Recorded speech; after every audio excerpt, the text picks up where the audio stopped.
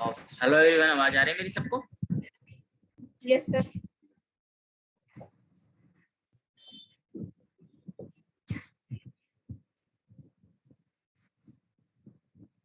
Hello Rishu,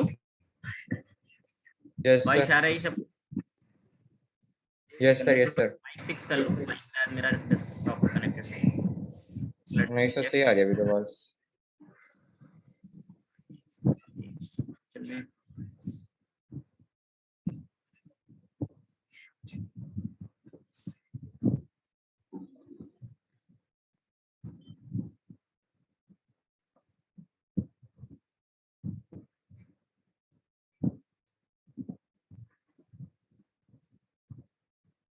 test.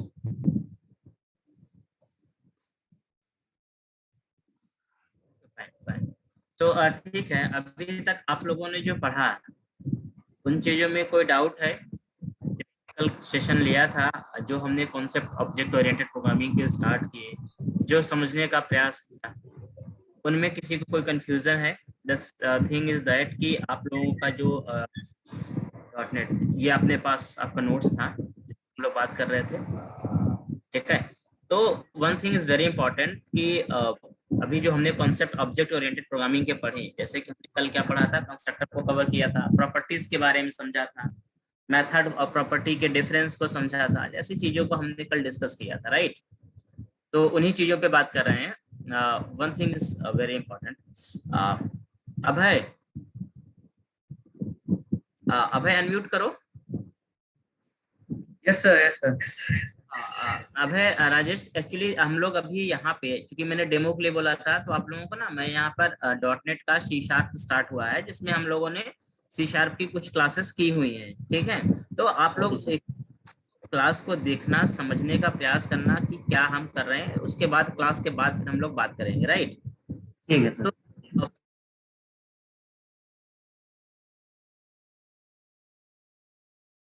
समझने का प्रयास करो, थोड़ा कंसंट्रेट करना कि हम क्या कर रहे हैं, कैसे कर रहे हैं, राइट? ठीक है सर। Okay fine. तो अभी देखो, हमने पिछले सेशन में जो डिस्कस किया अपना टॉपिक, वो टॉपिक में हमने जो डिस्कशन किया था, एक बार मैं प्रोजेक्ट अपना स्टार्ट कर लेता हूँ, that is this console project, जिसपे हम प्रैक्टिकल अपना कर रहे थे।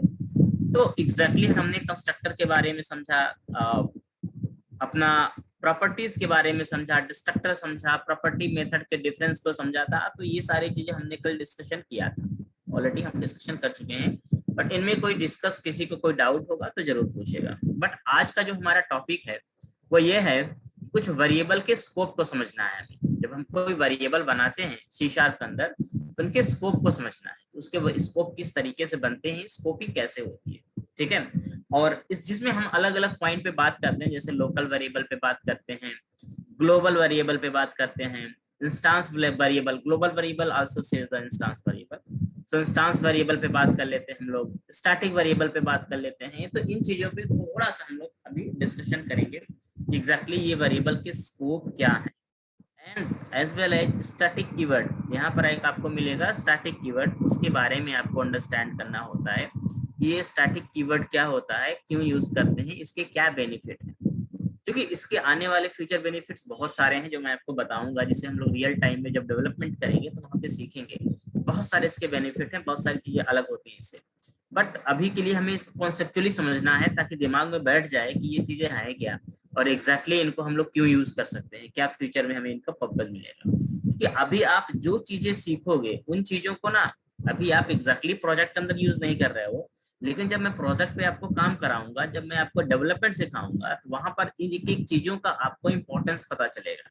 क्योंकि ये जो चीजें आप सीखोगे ना, वो चीजों का इंपॉर्टेंस वही पता चलेगा कि एग्जैक्टली अगर ये चीज होता तो मेरे पास, तो मैं इसका ये बेनिफिट ले सकता था, या मुझे इस तरह से ज्यादा बेनिफिट कर सकता है। तो इन चीजों पे हम लोग डिस्कशन करेंगे, बट कॉन्सेप्चुअली अभी दिमाग में चीजों को बैठाने का प्रयास करो कि एग्जैक्टली ये चीजें हैं क्या, यूज क्यों कर रहे हो आप, और इनके बेनिफिट्स क्या होंगे, जिसको कॉन्सेप्चुअली दिमाग में बैठाओ।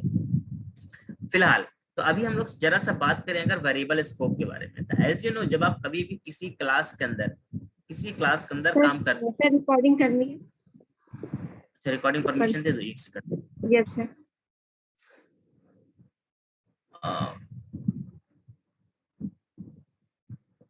Recording in progress. रिकॉर्डिंग जिसको जिसको करना है अपना रिकॉर्डिंग लगा लो। फाइन। देखो, तो हम बात कर रहे थे कि यहाँ पर वेरिएबल, जब आप कभी वेरिएबल क्लास के अंदर बनाते हैं, वेरिएबल के स्कोप की बात होती है कि भाई स्कोप का मतलब स्कोप का मतलब होता है कि वो कहाँ तक एक्सेसिबल होगा, उसकी एक्सेसिबिलिटी कितनी होगी, वो उसका स्कोप डिफाइन करता है। जब आप कोई वेरिएबल बनाते हैं तो उसका स्कोप ही डिफाइन करता है कि वो एग्जैक्टली कहाँ तक यूजेबल होगा, कहाँ तक एक्सेसिबल होगा।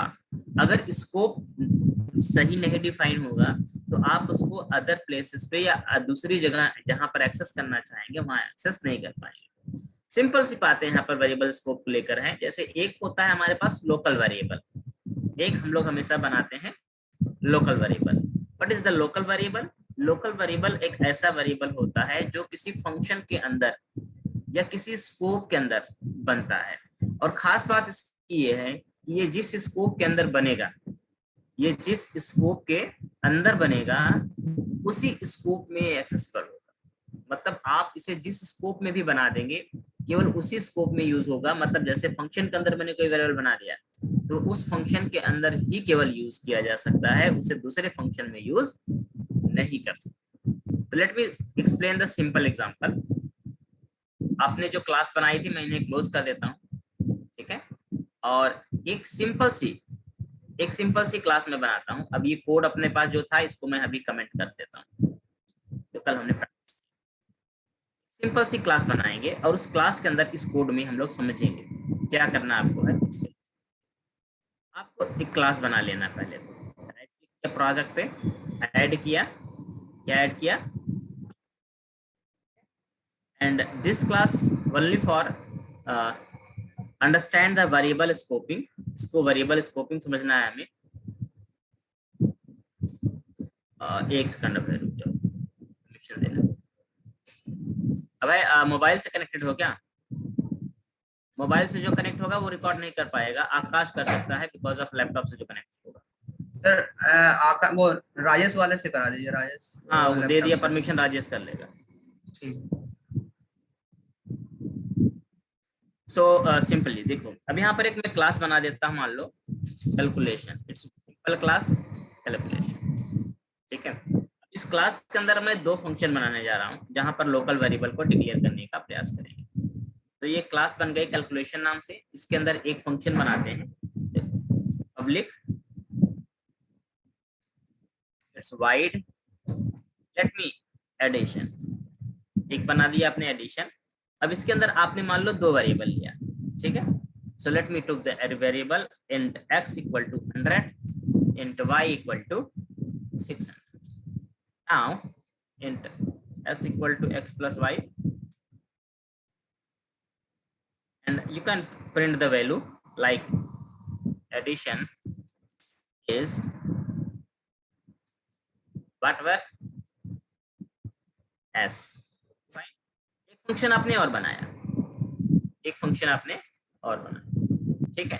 सो वंस अगर आपने दूसरा वेरिएबल फंक्शन बनाया, मान लो यहाँ पर प्रोडक्ट नाम से बना दिया, ठीक है, और इसके अंदर भी आपको x और y चाहिए, तो आपने फिर से क्या किया, आपने फिर से यहाँ पर एक वेरिएबल लिया सिमिलर लाइक दैट, ठीक है, और आपने यहाँ पर अपना जो भी कैलकुलेशन था उसे आपने किया and multiplication. So simply you can see here what happens here. देखो यहाँ पर एग्जैक्टली क्या है कि अभी आपके पास दो आपने फंक्शन बनाए हैं, एक एडिशन नाम से और एक बनाया आपने प्रोडक्ट नाम से, ठीक है। तो एडिशन फंक्शन में क्या है, एडिशन फंक्शन में आपके पास दो वेरिएबल है, यहाँ पर एक x है एक y है, ठीक है। दो वेरिएबल हैं जो आपने लोकल डिक्लेयर किया है। सो लोकल डिक्लेयर करने का मतलब है कि ये x y और yes, ये आप जिस फंक्शन के अंदर डिक्लेयर कर रहे हैं केवल उसी फंक्शन के अंदर ये एक्सेसिबल होगा। आप इसे इस फंक्शन के बाहर एक्सेस नहीं कर पाएंगे। एग्जांपल के लिए अगर मैं आपको दिखाना चाहूँ कि चलो ठीक है, मैं इधर डिक्लेयर नहीं करना चाहता हूँ, मैं केवल डायरेक्टली इसे यूज करना चाहता हूँ एक्स वाई को, तो देखो अगर मैंने इस लाइन को कमेंट मतलब डिक्लेरेशन पार्ट को कमेंट कर दिया तो देखो इधर एरर है। क्यों कह रहा है कि भाई मुझे एक्स उसे एक्स वाई नहीं मिल रहा है। क्यों? आपने डिक्लेयर यहाँ तो किया है, फिर क्यों नहीं मिल रहा है? बिकॉज ऑफ आपने लोकल डिक्लेयर किया है। सो वंस अगर आप लोकल डिक्लेयर कर लेंगे तो आप उसे एक्सेस नहीं कर पाएंगे, नहीं कर पाएंगे किसी दूसरे स्कोप में। जिस स्कोप में आपने बनाया उसमें चलेगा, वो मिलेगा, लेकिन उस स्कोप के बाहर आप उसे एक्सेस नहीं कर पाएंगे। ये एक बहुत बड़ा फंडामेंटल है इसका कि अगर हम कोई वेरिएबल लोकल बनाते हैं तो लोकल का कंसर्न ये रहेगा कि जिस स्कोप में बनेगा उसी स्कोप के अंदर एक्सेसिबल होगा। इसके अलावा इसका एक और अपना पॉइंट होता है जो आपको पता होना चाहिए। तो क्या पॉइंट है कि अगर आप कोई भी लोकल वेरिएबल बनाएंगे, जैसे मान लो एडिशन के अंदर कोई वेरिएबल मैंने बना दिया, तो एडिशन के अंदर जो भी वेरिएबल मैं बनाऊंगा वो वेरिएबल केवल और केवल मेमोरी तभी लोड करेंगे या कंज्यूम करेंगे जब एडिशन फंक्शन कॉल होगा। जैसे ही एडिशन फंक्शन कॉल होगा वैसे ही मेमोरी को कंज्यूम करेंगे, लोड करेंगे, लेकिन जैसे ये एडिशन फंक्शन अनलोड होगा, इसके अंदर जितने वेरिएबल बने हैं वो सारे के सारे अपने आप क्या हो जाएंगे? रिलीज हो जाएंगे, इनकी मेमोरी अनलोड हो जाएगी। तो इनका अपना यही सबसे बड़ा बेनिफिट है कि ये फंक्शन, ये वेरिएबल जो लोकल वेरिएबल होते हैं वो मेमोरी तभी कंज्यूम करते हैं जब वो हमारा स्पेसिफिक फंक्शन कॉल होता है। समझने का प्रयास करना कि अगर हम मान लो ऐसे ही 50 क्लास बनाते हैं, आई मीन एक क्लास में 50 फंक्शन बनाते हैं, और एक क्लास में अगर मैंने 50 फंक्शन बनाए तो जरा आप सोचो एक चीज, बहुत सिंपल सी चीज है, जरा सोचो कि आपने अगर 50 फंक्शन बनाए एक क्लास के अंदर और हर किसी का वेरिएबल आपने अगर लोकल नहीं बनाया तो क्या होगा कि वेरिएबल सबके सब जितने वेरिएबल होंगे ना सब परमानेंट मेमोरी ऑक्यूपाई कर लेंगे। जब तक आपका ऑब्जेक्ट रहेगा मेमोरी में तब तक सबके सब वेरिएबल मेमोरी कंज्यूम करके रखेंगे। क्यों? मेमोरी अननेसेसरी और सबको क्यों कंज्यूम कराई जाए? मेमोरी रिलीज होनी चाहिए, बिकॉज ऑफ अगर किसी फंक्शन का यूज हम नहीं कर रहे हैं तो उससे रिलेटेड जो वेरिएबल्स हैं, उससे रिलेटेड वेरिएबल्स जो है वो मेमोरी क्यों कंज्यूम करेंगे? तो उन्हें हम लोकल डिक्लेयर करें। अगर लोकल डिक्लेयर करेंगे तो उन्हें मेमोरी तभी मिलेगी जब स्पेसिफिक फंक्शन क्या होगा? कॉल होगा, तभी मेमोरी मिलेगी और तभी यूज में आएंगे। ठीक है, तो अभी के देखो केस में अगर मैं लोकल बात करूं तो ये देखो दोनों लोकल हैं। लोकल के केस में मैं चला देता हूं, दोनों चलेंगे। एग्जांपल रन करा के देख लेते हैं जरा सा। Let me pass the calculation, class का नेम, ऑब्जेक्ट का नाम मान लो गया CAL equal to new calculation. ठीक है, दोनों फंक्शन आपको कॉल करना है। You can call the both function like addition, the first function cal dot second function. दोनों फंक्शन आपने क्या किए? कॉल कर। ये देखो एडिशन भी कॉल हो रहा है और आपका प्रोडक्ट भी। Let me run this program.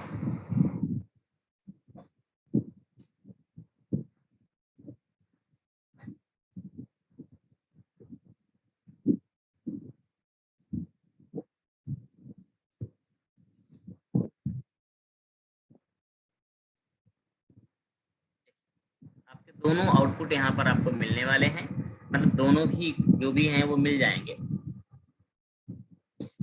और यूज में भी आपको आएंगे। देखो दोनों मिल गए, addition whatever, multiplication is whatever, but ठीक है दोनों सही चल रहे हैं। हाँ, अगर एक चीज मैं चेंज करना चाहूँ, इफ आई वांट यार ये जो वेरिएबल है, मान लो इधर भी XY डिक्लेयर हो रहा है, इधर भी XY हो रहा है, तो अगर दो फंक्शन में देखा जाए तो दो जगह अलग अलग, मतलब ये वेरिएबल दो जगह पे अगर फंक्शन एडिशन प्रोडक्ट दोनों चला रहे हैं तो दो जगह मेमोरी ऑक्यूपाई कर रहे हैं, मतलब दो बार डिक्लेयर होंगे अलग अलग एड्रेस, जो कि सही नहीं है। मेरे हिसाब से सही नहीं हो सकता है। क्यों? क्योंकि अननेसेसरी मेमोरी ऑक्यूपाई यहाँ पर हो सकता है। तो हम इन्हें क्या कर सकते हैं? लोकल की बजाय ग्लोबल बना सकते हैं। ग्लोबल बनाने का फायदा ये रहेगा कि आप जब ग्लोबल बनाएंगे तो आप इन्हें केवल और केवल जरूरत के हिसाब से एक्सेस कर पाएंगे। मतलब कि आप जहां एक्सेस करना चाहें वहां इसे एक्सेस कर सकते हैं, लेकिन मेमोरी एलोकेशन एक ही होगा। सो अगर मैं मेमोरी एलोकेट कर दूं इनको global, if I want to declare the global like this, ऊपर बना दिया अपने क्लास के फंक्शन के बाहर बना दिया तो क्या बन गया? ये ग्लोबल बना दिया। अब यहाँ पर मैं डिक्लेरेशन हटा दूंगा, इधर से भी हटा देते हैं और इधर से भी हटा देते हैं। The same thing we can do with S। अगर मुझे यही चीज S के साथ भी करनी है तो मैं यहाँ पर इसे भी इधर डिक्लेयर कर देता हूँ। ठीक है, और इट्स वेरी सिंपल, डिक्लेयर कर दिया आपने और इधर से भी आपने S को क्या किया? हटा दिया, और इधर से भी S को हटा दिया। तो देखो यहाँ पर क्या हुआ कि आपके जो वेरिएबल थे जो लोकली आप दो जगह बना रहे थे, आप ग्लोबली उन्हें एक जगह बनाएंगे और ये दो अब जगह नहीं, अगर आप 50 फंक्शन भी बनाओगे इस क्लास के अंदर, तो इस 50 पर्टिकुलर फंक्शन के अंदर आप इसे आसानी से यूज कर सकते हैं। मतलब बहुत सिंपल सी बात है कि अगर आपने इसे ग्लोबल बना दिया, तो आप इस क्लास के अंदर जितने भी फंक्शन बनाओगे, किसी भी फंक्शन के अंदर उसको आप यूज कर सकते हो। It's very simple. सबसे ज्यादा बेनिफिट आपको क्या मिलता है? इसका सबसे ज्यादा बेनिफिट आपको ये मिलेगा कि मेमोरी शेयर, आपके वेरिएबल की मेमोरी शेयर हो जाएगी, जिससे आपका वेरिएबल बार बार इंस्टेंशिएट नहीं होगा। उसको बार बार मेमोरी यानी डिक्लेरेशन का जो टाइम है और जो मेमोरी कंजम्पशन है, उससे आप बच जाएंगे। ठीक है, तो ग्लोबल वेरिएबल बनाने का अपना ही बेनिफिट है कि भाई हमें जरूरत पड़ती है कि यार एक ही वेरिएबल को मुझे बार बार या कई जगह यूज करना है, तो बार बार डिक्लेयर करने से अच्छा है कि आप क्या करिए, आप उसे एक ग्लोबल जगह बनाइए और बाकी जगह उसे कॉल कर लीजिए। It is very simple, something like that. जैसे मान लो अब कभी आने वाले टाइम जैसे मैं बोलूं कि आप डेटाबेस कनेक्शन एस्टैब्लिश करेंगे, डेटाबेस कनेक्ट करेंगे, डेटाबेस कनेक्शन एस्टैब्लिश करेंगे, उसे यूज करेंगे। तो जब आप डेटाबेस कनेक्टिविटी करेंगे, डेटाबेस कनेक्शन एस्टैब्लिश करेंगे, तो वहां पर अब एक क्लास है, उसके अंदर कई फंक्शन होंगे, एक क्लास के अंदर कई फंक्शन होंगे। अब कई फंक्शन के अंदर आपको डेटाबेस कनेक्शन का यूज करना होगा, तो आप बार बार डेटाबेस कनेक्शन एस्टैब्लिश नहीं कर सकते ना, आप उसे ग्लोबली करिए। आप उसे ग्लोबली करिए, एक बार करिए, ताकि पूरे क्लास के अंदर सभी जगह वो अवेलेबल हो जाए। फिर आप उसे जहां चाहिए वहां पर कॉल कर लो, जहां चाहे उसे एक्सेस कर लो, वो बहुत आसान तरीके से आपको एक्सेस हो जाएगा। तो चीजें बहुत स्मूथनिंग चलती हैं। चीजों को मैनेज करने का तरीका हमें सीखना पड़ता है कि भाई देखो, हम कर तो सकते थे लोकल भी, लेकिन लोकल और ग्लोबल में डिसएडवांटेज एडवांटेज को अंडरस्टैंड करना पड़ेगा कि भाई लोकल करते थे तो क्या एडवांटेज था, डिसएडवांटेज था, ग्लोबल करेंगे तो क्या एडवांटेज डिसएडवांटेज है। तो उसके अकॉर्डिंग हमें प्लान करना पड़ेगा कि लोकल या ग्लोबल। तो लोकल हम केवल तब करते हैं जब हमें एक वेरिएबल को केवल एक ही फंक्शन के अंदर यूज करना है, अदर देन उसे यूज नहीं करना है, दूसरी जगह उसे यूज नहीं है, तब तो लोकल बेस्ट ऑप्शन है। लेकिन अगर एक वेरिएबल को हमें कई फंक्शन के अंदर यूज करना है, कई जगह जरूरत पड़ सकती है उसकी, तो वहां पर आपके पास ग्लोबल ऑप्शन बेस्ट है। फिर वहां पर आपको ग्लोबल ऑप्शन चूज करना पड़ता है, ग्लोबल अंडरस्टैंड करना पड़ता है। ठीक है, दैट्स वेरी सिंपल पॉइंट कि ग्लोबल और लोकल। कोई डाउट किसी को ग्लोबल और लोकल को समझने में? कोई कंफ्यूजन हो?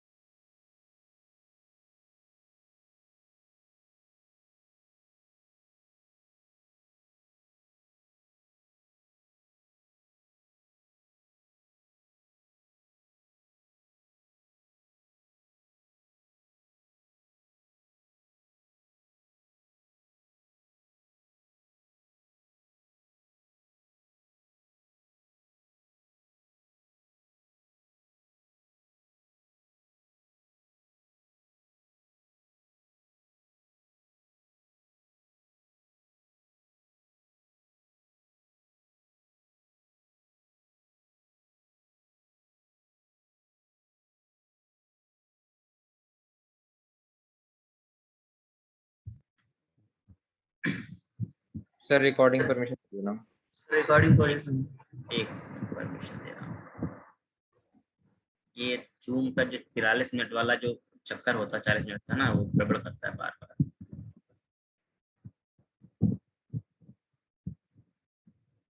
Recording in progress.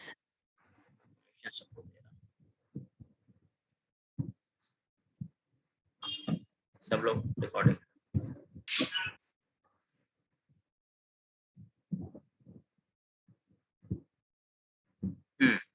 तो ठीक है, तो अभी कोई कंफ्यूजन है लोकल वेरिएबल या ग्लोबल वेरिएबल के लेकर के? कोई कंफ्यूजन हो, कुछ डाउट लग रहा हो कि ग्लोबल तो सर रिकॉर्डिंग ऑन नहीं हो रहा है सर, परमिशन मांग रहा है।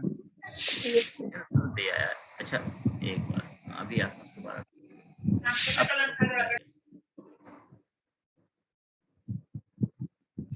ठीक है, तो कोई कंफ्यूजन किसी को है इस चीज में? लोकल, सर आ गया, समझ में आ गया सर ये वाला। ठीक है। तो आगे एक पॉइंट पे और बात करते हैं। देखो लोकल और ग्लोबल, इसके साथ ग्लोबल जो वेरिएबल होते हैं इनको हम इंस्टांस वेरिएबल भी बोलते हैं। इंस्टांस वेरिएबल क्यों बोलते हैं? क्योंकि इन्हें अगर हम लोग पब्लिक बना देंगे, तो अपनी क्लास के ऑब्जेक्ट के साथ इन्हें एक्सेस कर पाएंगे। अगर मैं इन वेरिएबल को पब्लिक बना दूं या मैं प्राइवेट, क्योंकि किसी वेरिएबल को ग्लोबल जब भी बनाओगे ना, ध्यान रखना, जब किसी वेरिएबल को ग्लोबल बनाओगे बाय डिफॉल्ट वो प्राइवेट बनेगा। बाय डिफॉल्ट क्या बनेगा? प्राइवेट बनेगा। तो प्राइवेट के केस में क्या नेचर उसका रहेगा? उसका नेचर ये रहेगा कि आप जिस क्लास के अंदर आप उसे बनाओगे ना, जिस क्लास के अंदर, केवल उसी क्लास के अंदर उसे यूज कर पाओगे, दूसरी क्लास में आप उसे यूज नहीं कर पाओगे। तो अगर आपको दूसरी क्लास में भी यूज करना है तो आपको उसे प्राइवेट, बाय डिफॉल्ट जो प्राइवेट है उसको छोड़ के आप उसको पब्लिक, इंटरनल या प्रोटेक्टेड कीवर्ड से डेकोरेट कर सकते हैं। आप उसको पब्लिक, इंटरनल या प्रोटेक्टेड बना सकते हैं, जिसका कॉन्सेप्ट हम इनकैप्सुलेशन में अंडरस्टैंड करेंगे, इनकैप्सुलेशन जब पढ़ेंगे। लेकिन अगर समझा जाए तो हम पब्लिक बना देंगे तो इसको हम लोग अपनी क्लास के जो ऑब्जेक्ट है, ऑब्जेक्ट मतलब कैल के साथ भी इसे हम एक्सेस कर सकते हैं। देखो एक्स वाई एस यहाँ पर आपको एक्सेस हो रहा है बिकॉज ऑफ, अगर आप किसी वेरिएबल को क्लास के ऑब्जेक्ट या इंस्टांस के साथ एक्सेस कर पाते हैं तो उसको हम इंस्टांस वेरिएबल के नाम से भी जानते हैं। ठीक है, अगर आप किसी वेरिएबल को क्लास के इंस्टांस के साथ एक्सेस कर पा रहे हैं तो उसको आप इंस्टांस वेरिएबल भी बोल सकते हैं या बोलेंगे। तो यहाँ पर ये जो अपने पास है ना, ये अपना इंस्टांस वेरिएबल भी बोला जाएगा क्योंकि ये आपका क्लास के ऑब्जेक्ट के साथ एक्सेस हो रहा है। ठीक है, इसे इंस्टांस वेरिएबल भी हम बोलेंगे। तो सबसे इंपॉर्टेंट पॉइंट तो अपने पास ये था वेरिएबल स्कोप को लेकर के। अब एक कॉन्सेप्ट यहाँ पर बहुत ज्यादा इंपॉर्टेंट आपके सामने बनने वाला है, that is a static concept. Static keyword है जिसके बाद चाहे वो स्टैटिक वेरिएबल को लेके होगा, मेथड या क्लास को लेके होगा। ठीक है, सो स्टैटिक का कॉन्सेप्ट बहुत इंपॉर्टेंट है जिसे आपको समझना है, क्योंकि आने वाले टाइम में स्टैटिक का बहुत ज्यादा इंपॉर्टेंट, बहुत यूज तो बहुत फ्यू होता है, बहुत थोड़ा होता है, लेकिन इसका इंपॉर्टेंस बहुत ज्यादा है स्टैटिक का। ठीक है, स्टैटिक का इंपॉर्टेंस क्या है और स्टैटिक क्या होता है, आप समझने का प्रयास करना। देखो स्टैटिक जो होता है, स्टैटिक कीवर्ड अगर किसी भी वेरिएबल के साथ, किसी फंक्शन के साथ या किसी क्लास के साथ आप लगाते हैं, स्टैटिक कीवर्ड किसी वेरिएबल, फंक्शन या क्लास के साथ लगाते हैं तो यह मेमोरी को स्टैटिकली ऑक्यूपाई कर लेता है। डायरेक्ट मेमोरी को ऑक्यूपाई कर लेगा, डायरेक्ट इंस्टांस को लोड कर, डायरेक्ट उस ऑब्जेक्ट को लोड कर देगा, जिससे आपको उस क्लास का यानी उस मेंबर को एक्सेस करने के लिए आपको क्लास का ऑब्जेक्ट या इंस्टांस क्रिएट करने की जरूरत नहीं होगी। मतलब अगर आपने किसी भी वेरिएबल को स्टैटिक बना दिया, किसी प्रॉपर्टी को स्टैटिक बना दिया, किसी भी फंक्शन को स्टैटिक बना दिया, तो आप उसे एक्सेस करने के लिए क्लास का ऑब्जेक्ट नहीं बनाएंगे लाइक दिस। जैसे आप क्लास का ऑब्जेक्ट बना रहे हो ना यहाँ पे अभी इनको एक्सेस करने के लिए, तो आप ऑब्जेक्ट उन्हें नहीं बनाएंगे, ये अब जरूरत नहीं पड़ेगी। क्यों ऐसा होता है? क्योंकि स्टैटिक जो होता है वह डायरेक्ट मेमोरी एलोकेट करता है। देखो सिंपल सी बात है, किसी भी क्लास का ऑब्जेक्ट बनाने का मेन मोटिव आपका क्या है? क्लास का ऑब्जेक्ट बनाने का मेन मोटिव होता है, आपका मेन उद्देश्य होता है कि आप अपने क्लास के ऑब्जेक्ट को मेमोरी प्रोवाइड करने का काम कर रहे हो। बिकॉज ऑफ किसी भी क्लास को बाय डिफॉल्ट मेमोरी एलोकेशन नहीं होता है। जैसे क्लास का इंस्टांस बनाते हो आप, ऑब्जेक्ट बनाते हो आप, वैसे उसका मेमोरी एलोकेशन स्टार्ट हो जाता है। वो मेमोरी को क्या करता है? एलोकेट कर लेता है। लेकिन इंपॉर्टेंट पॉइंट यहाँ पर यह है कि सपोज करिए कि अपने पास यहाँ पर कोई मेंबर हमने स्टैटिक बना दिया।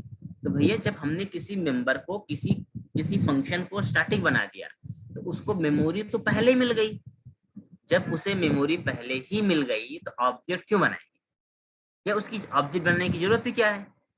तो इसीलिए जब कोई भी मेंबर हम स्टैटिक बना देते हैं तो उसमें जो होता है उसको मेमोरी डायरेक्ट मिल जाती है, और उसकी मेमोरी को हम एनीवेयर, मतलब उस डाटा को कहीं भी यूज कर सकते हैं। उसके लिए हमें इंस्टांस क्रिएट करने की जरूरत नहीं पड़ती, है। ये सबसे इम्पोर्टेंट पॉइंट होता है। तो आई होप समझ में आना चाहिए। ठीक है, तो अगर हम किसी भी मेंबर को स्टैटिक बना देंगे तो उसके लिए सबसे पहली चीज क्या होगी, उसके लिए सबसे पहली चीज ये होगी कि उसे एक्सेस करने के लिए हमें क्लास के ऑब्जेक्ट की जरूरत नहीं पड़ेगी, पहली चीज। दूसरी चीज क्या होगी, दूसरी चीज होती है कि जो स्टैटिक मेंबर होते हैं, चाहे वो फंक्शन होगा या प्रॉपर वेरिएबल होगा, चाहे मेथड या वेरिएबल होगा, अगर मेथड है या वेरिएबल है, दोनों में से कोई भी है, तो आप उसको, उसका जो भी मेमोरी होता है ना, वो पूरा शेयरेबल होता है।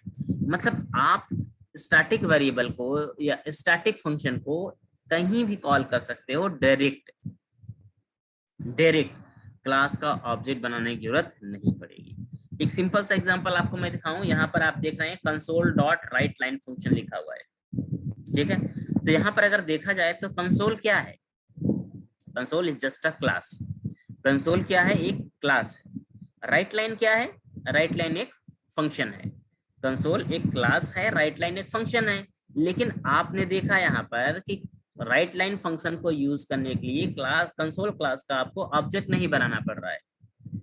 राइट लाइन फंक्शन को यूज करने के लिए आपको कंसोल क्लास का ऑब्जेक्ट नहीं बनाना पड़ रहा है। क्यों नहीं बनाना पड़ रहा है, क्योंकि राइट लाइन फंक्शन यहाँ पर स्टैटिक है। सो अगर हम देखना चाहें कि है स्टैटिक या हम ऐसे झूठ बोल रहे हैं, तो आप क्या करिए, राइट लाइन पे राइट क्लिक करिए और आप गो टू डेफिनेशन करिए। क्या करेंगे, go to definition. So click here and go the definition. तो यहाँ जैसे डेफिनेशन पे आएंगे, देखिए ये सब आपको क्या दिखा रहा है यहाँ पर, static static static, everything is a static, everything is static. मतलब सारे फंक्शन यहाँ पर क्या बने हैं, स्टैटिक बने हैं। और अगर फंक्शन स्टैटिक बन गया तो आपको क्लास का ऑब्जेक्ट बनाने की जरूरत नहीं, ठीक है।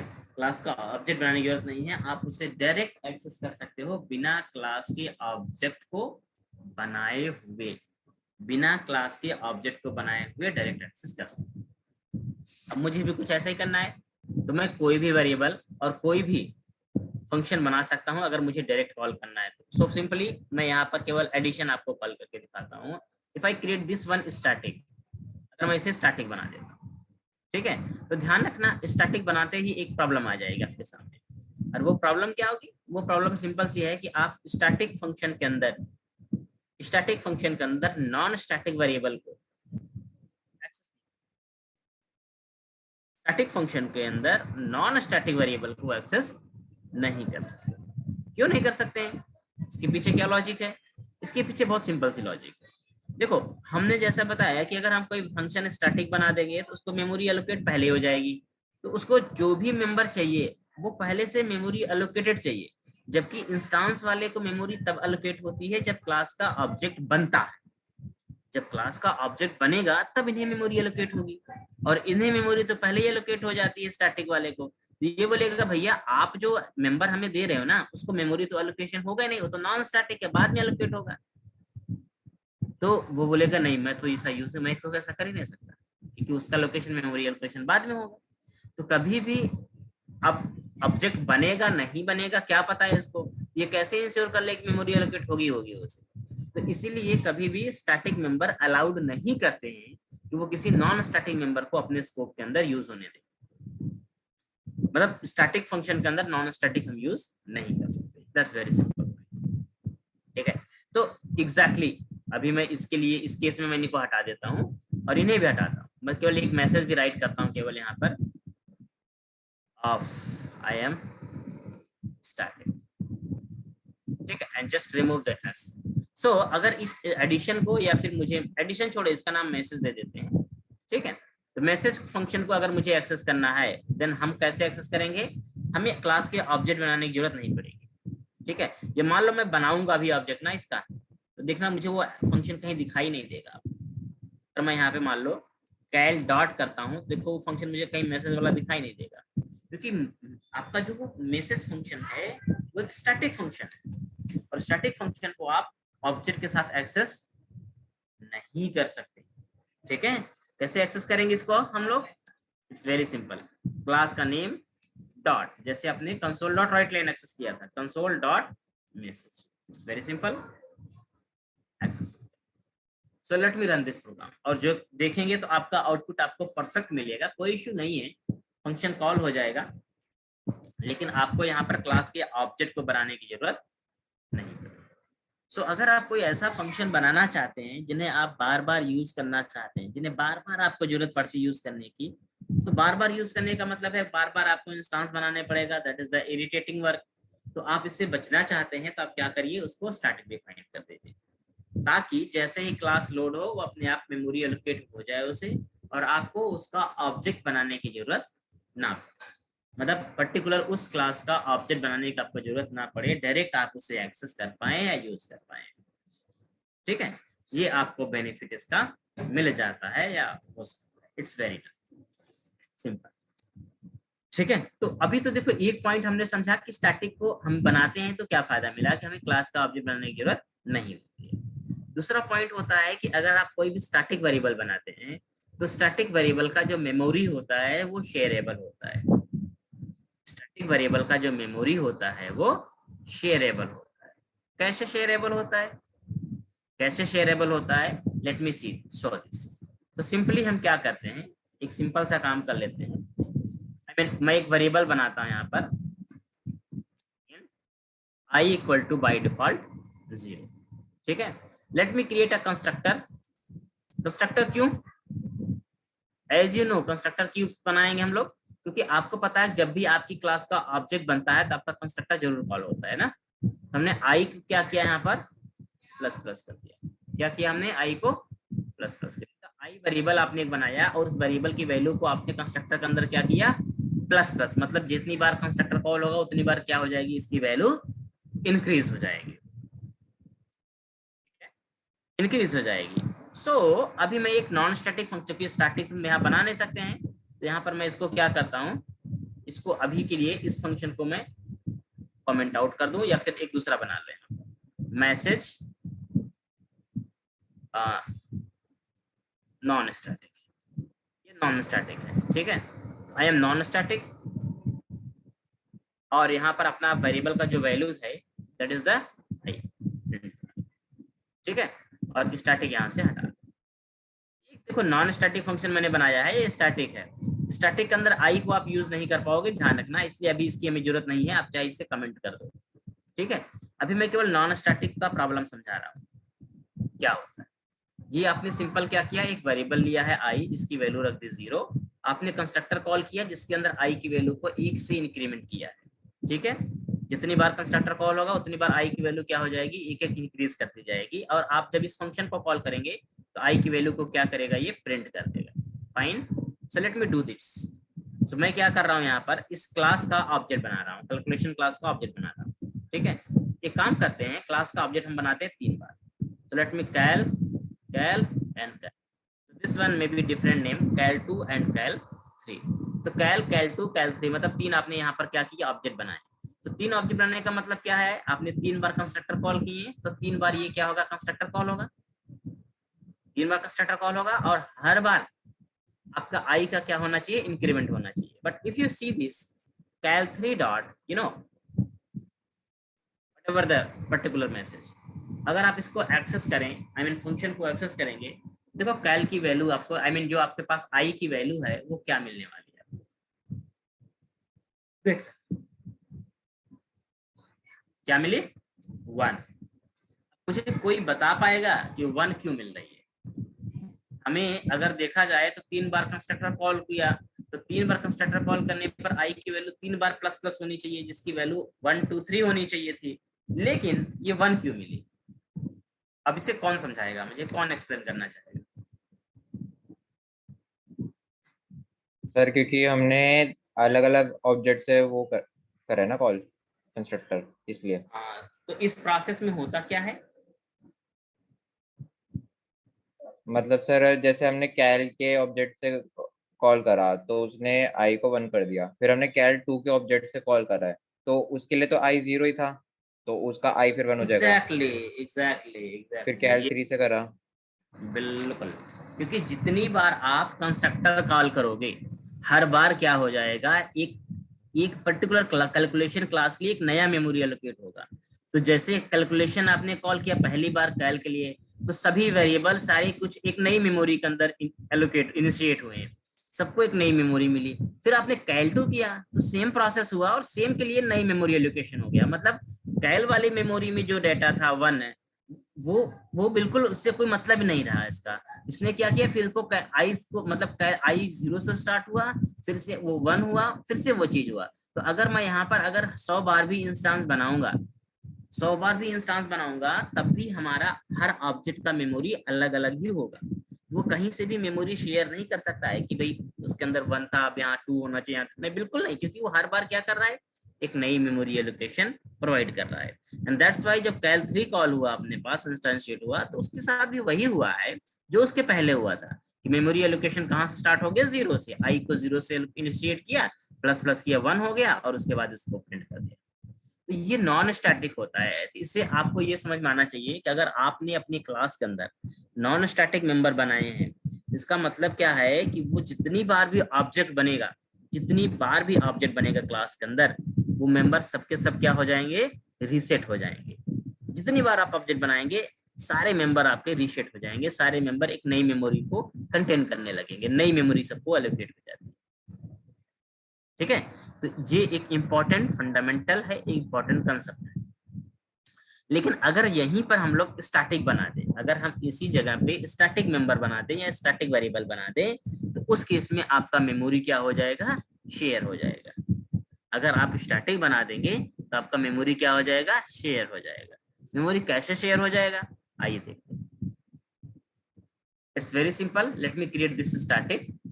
ठीक है, तो जैसे मैंने इसको स्टैटिक बना दिया, ठीक है, तो स्टैटिक बनाने का मतलब क्या है कि अब जैसी क्लास लोड होगी, पहले ही ये वेरिएबल डिक्लेयर हो जाएगा एक अलग मेमोरी के अंदर, और उसके बाद आप जब भी अपना कोई फंक्शन एक्सेस करोगे, जैसे मैंने इसको मान लो अनकमेंट कर लिया, इधर मैं आई की वैल्यू को प्रिंट करा के आपको दिखाता हूँ। ठीक है, तो मैं आई की वैल्यू को प्रिंट, या फिर आप स्टैटिक में, नॉन स्टैटिक में कहीं भी प्रिंट कर लो, तो मैंने मान लो यही प्रिंट करते, कोई इशू नहीं।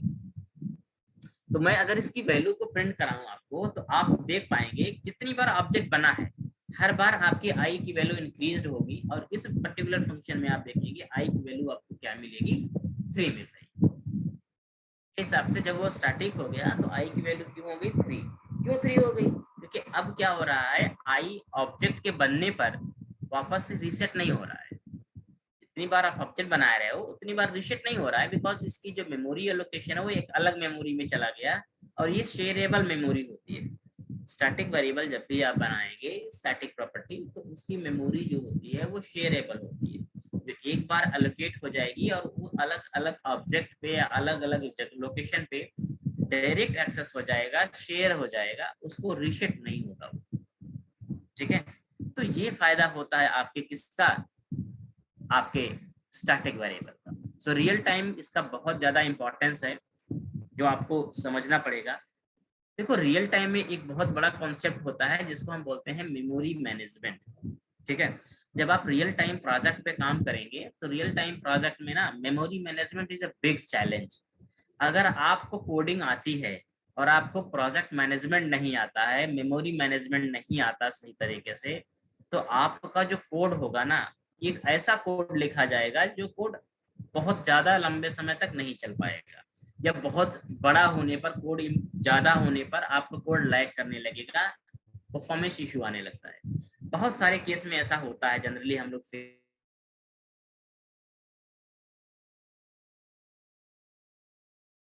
थोड़े टाइम पहले वो प्रोजेक्ट 2-3 साल पहले किसी डेवलपर ने .NET कोड पे बनाया था, that is mobile application, PWA mobile application.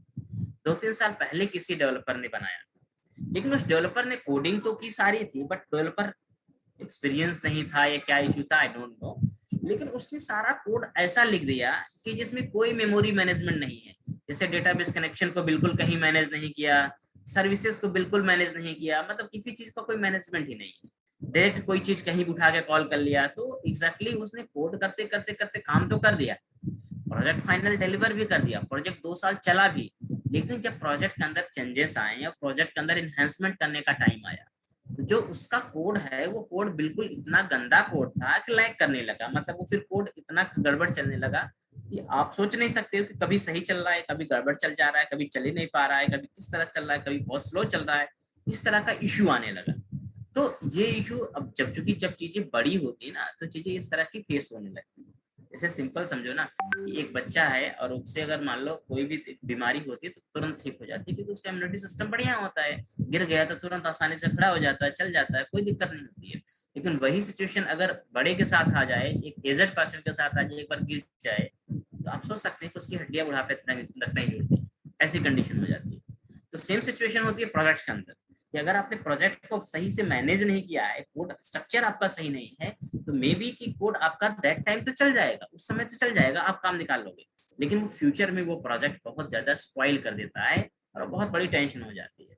इसकी वजह से हमें उसी प्रोजेक्ट पे अब दोबारा काम करना पड़ रहा है, हम फिर से उसे रिकंस्ट्रक्ट कर रहे हैं, दोबारा बना रहे हैं, उसे सही कोड स्ट्रक्चर में डाल करके।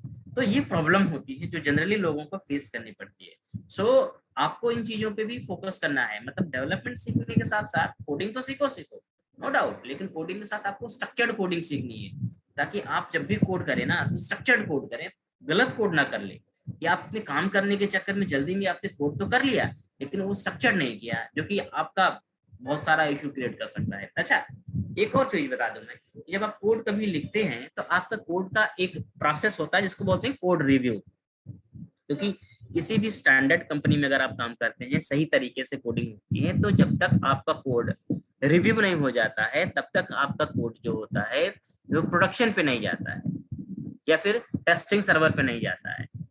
ठीक है, तो एग्जैक्टली होता क्या है, कोड रिव्यू होना बहुत जरूरी होता है, एक हायरार्की होती है कोड रिव्यू होने की। मैं आपको एक छोटा सा एग्जांपल भी दिखाता हूँ, समझाने का प्रयास करता हूँ एग्जैक्टली प्रोसेस मॉडल कैसे होता है, जिससे आपको थोड़ा समझ में आना चाहिए कि कोड एग्जैक्टली हम लोग जब प्रोजेक्ट पे काम करेंगे तो कोडिंग का स्ट्रक्चर कैसे बनता है और कैसे हम लोग कोड को फ्लोट करते हैं, प्रोजेक्ट को फ्लोट कैसे करते हैं। तो इसको मैं थोड़ा समझाने का प्रयास करूंगा, समझना, क्योंकि अगर हम स्टैंडर्ड तरीके से वर्क करते हैं तो ये प्रोसेस होता है जिसे हमें प्रॉपर फॉलो करना पड़ता है सही मायने।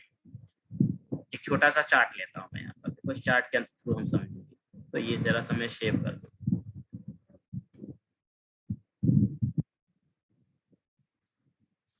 और ये छोटा सा मेरे पास मान लो एक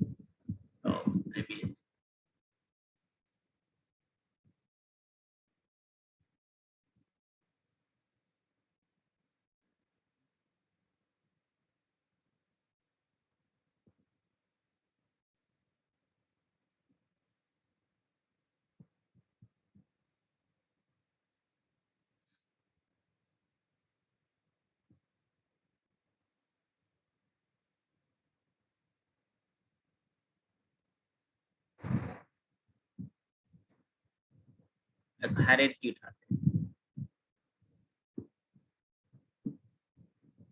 या फिर एक प्रोसेस ही ले लेते हैं, nothing but just a process. एक प्रोसेस सिंपल लेके मैं समझाता हूँ, देखिए, और इसका लेआउट में चेंज करता हूँ आपको, लैंडस्केप। देखो सिंपली क्या होता है, एक तो देखो ये होता है, सबसे पहले आप क्या करते हैं, डेवलपमेंट होता है। ठीक है, पहले क्या करेंगे आप, डेवलपमेंट करते हैं, डेवलपमेंट के बाद आपका कोड जाता है कहाँ पर, यूएटी पर, इसको बोलते हैं क्या, टेस्टिंग सर्वर। ठीक है, और टेस्टिंग के बाद फिर आपका कोड कहाँ जाता है,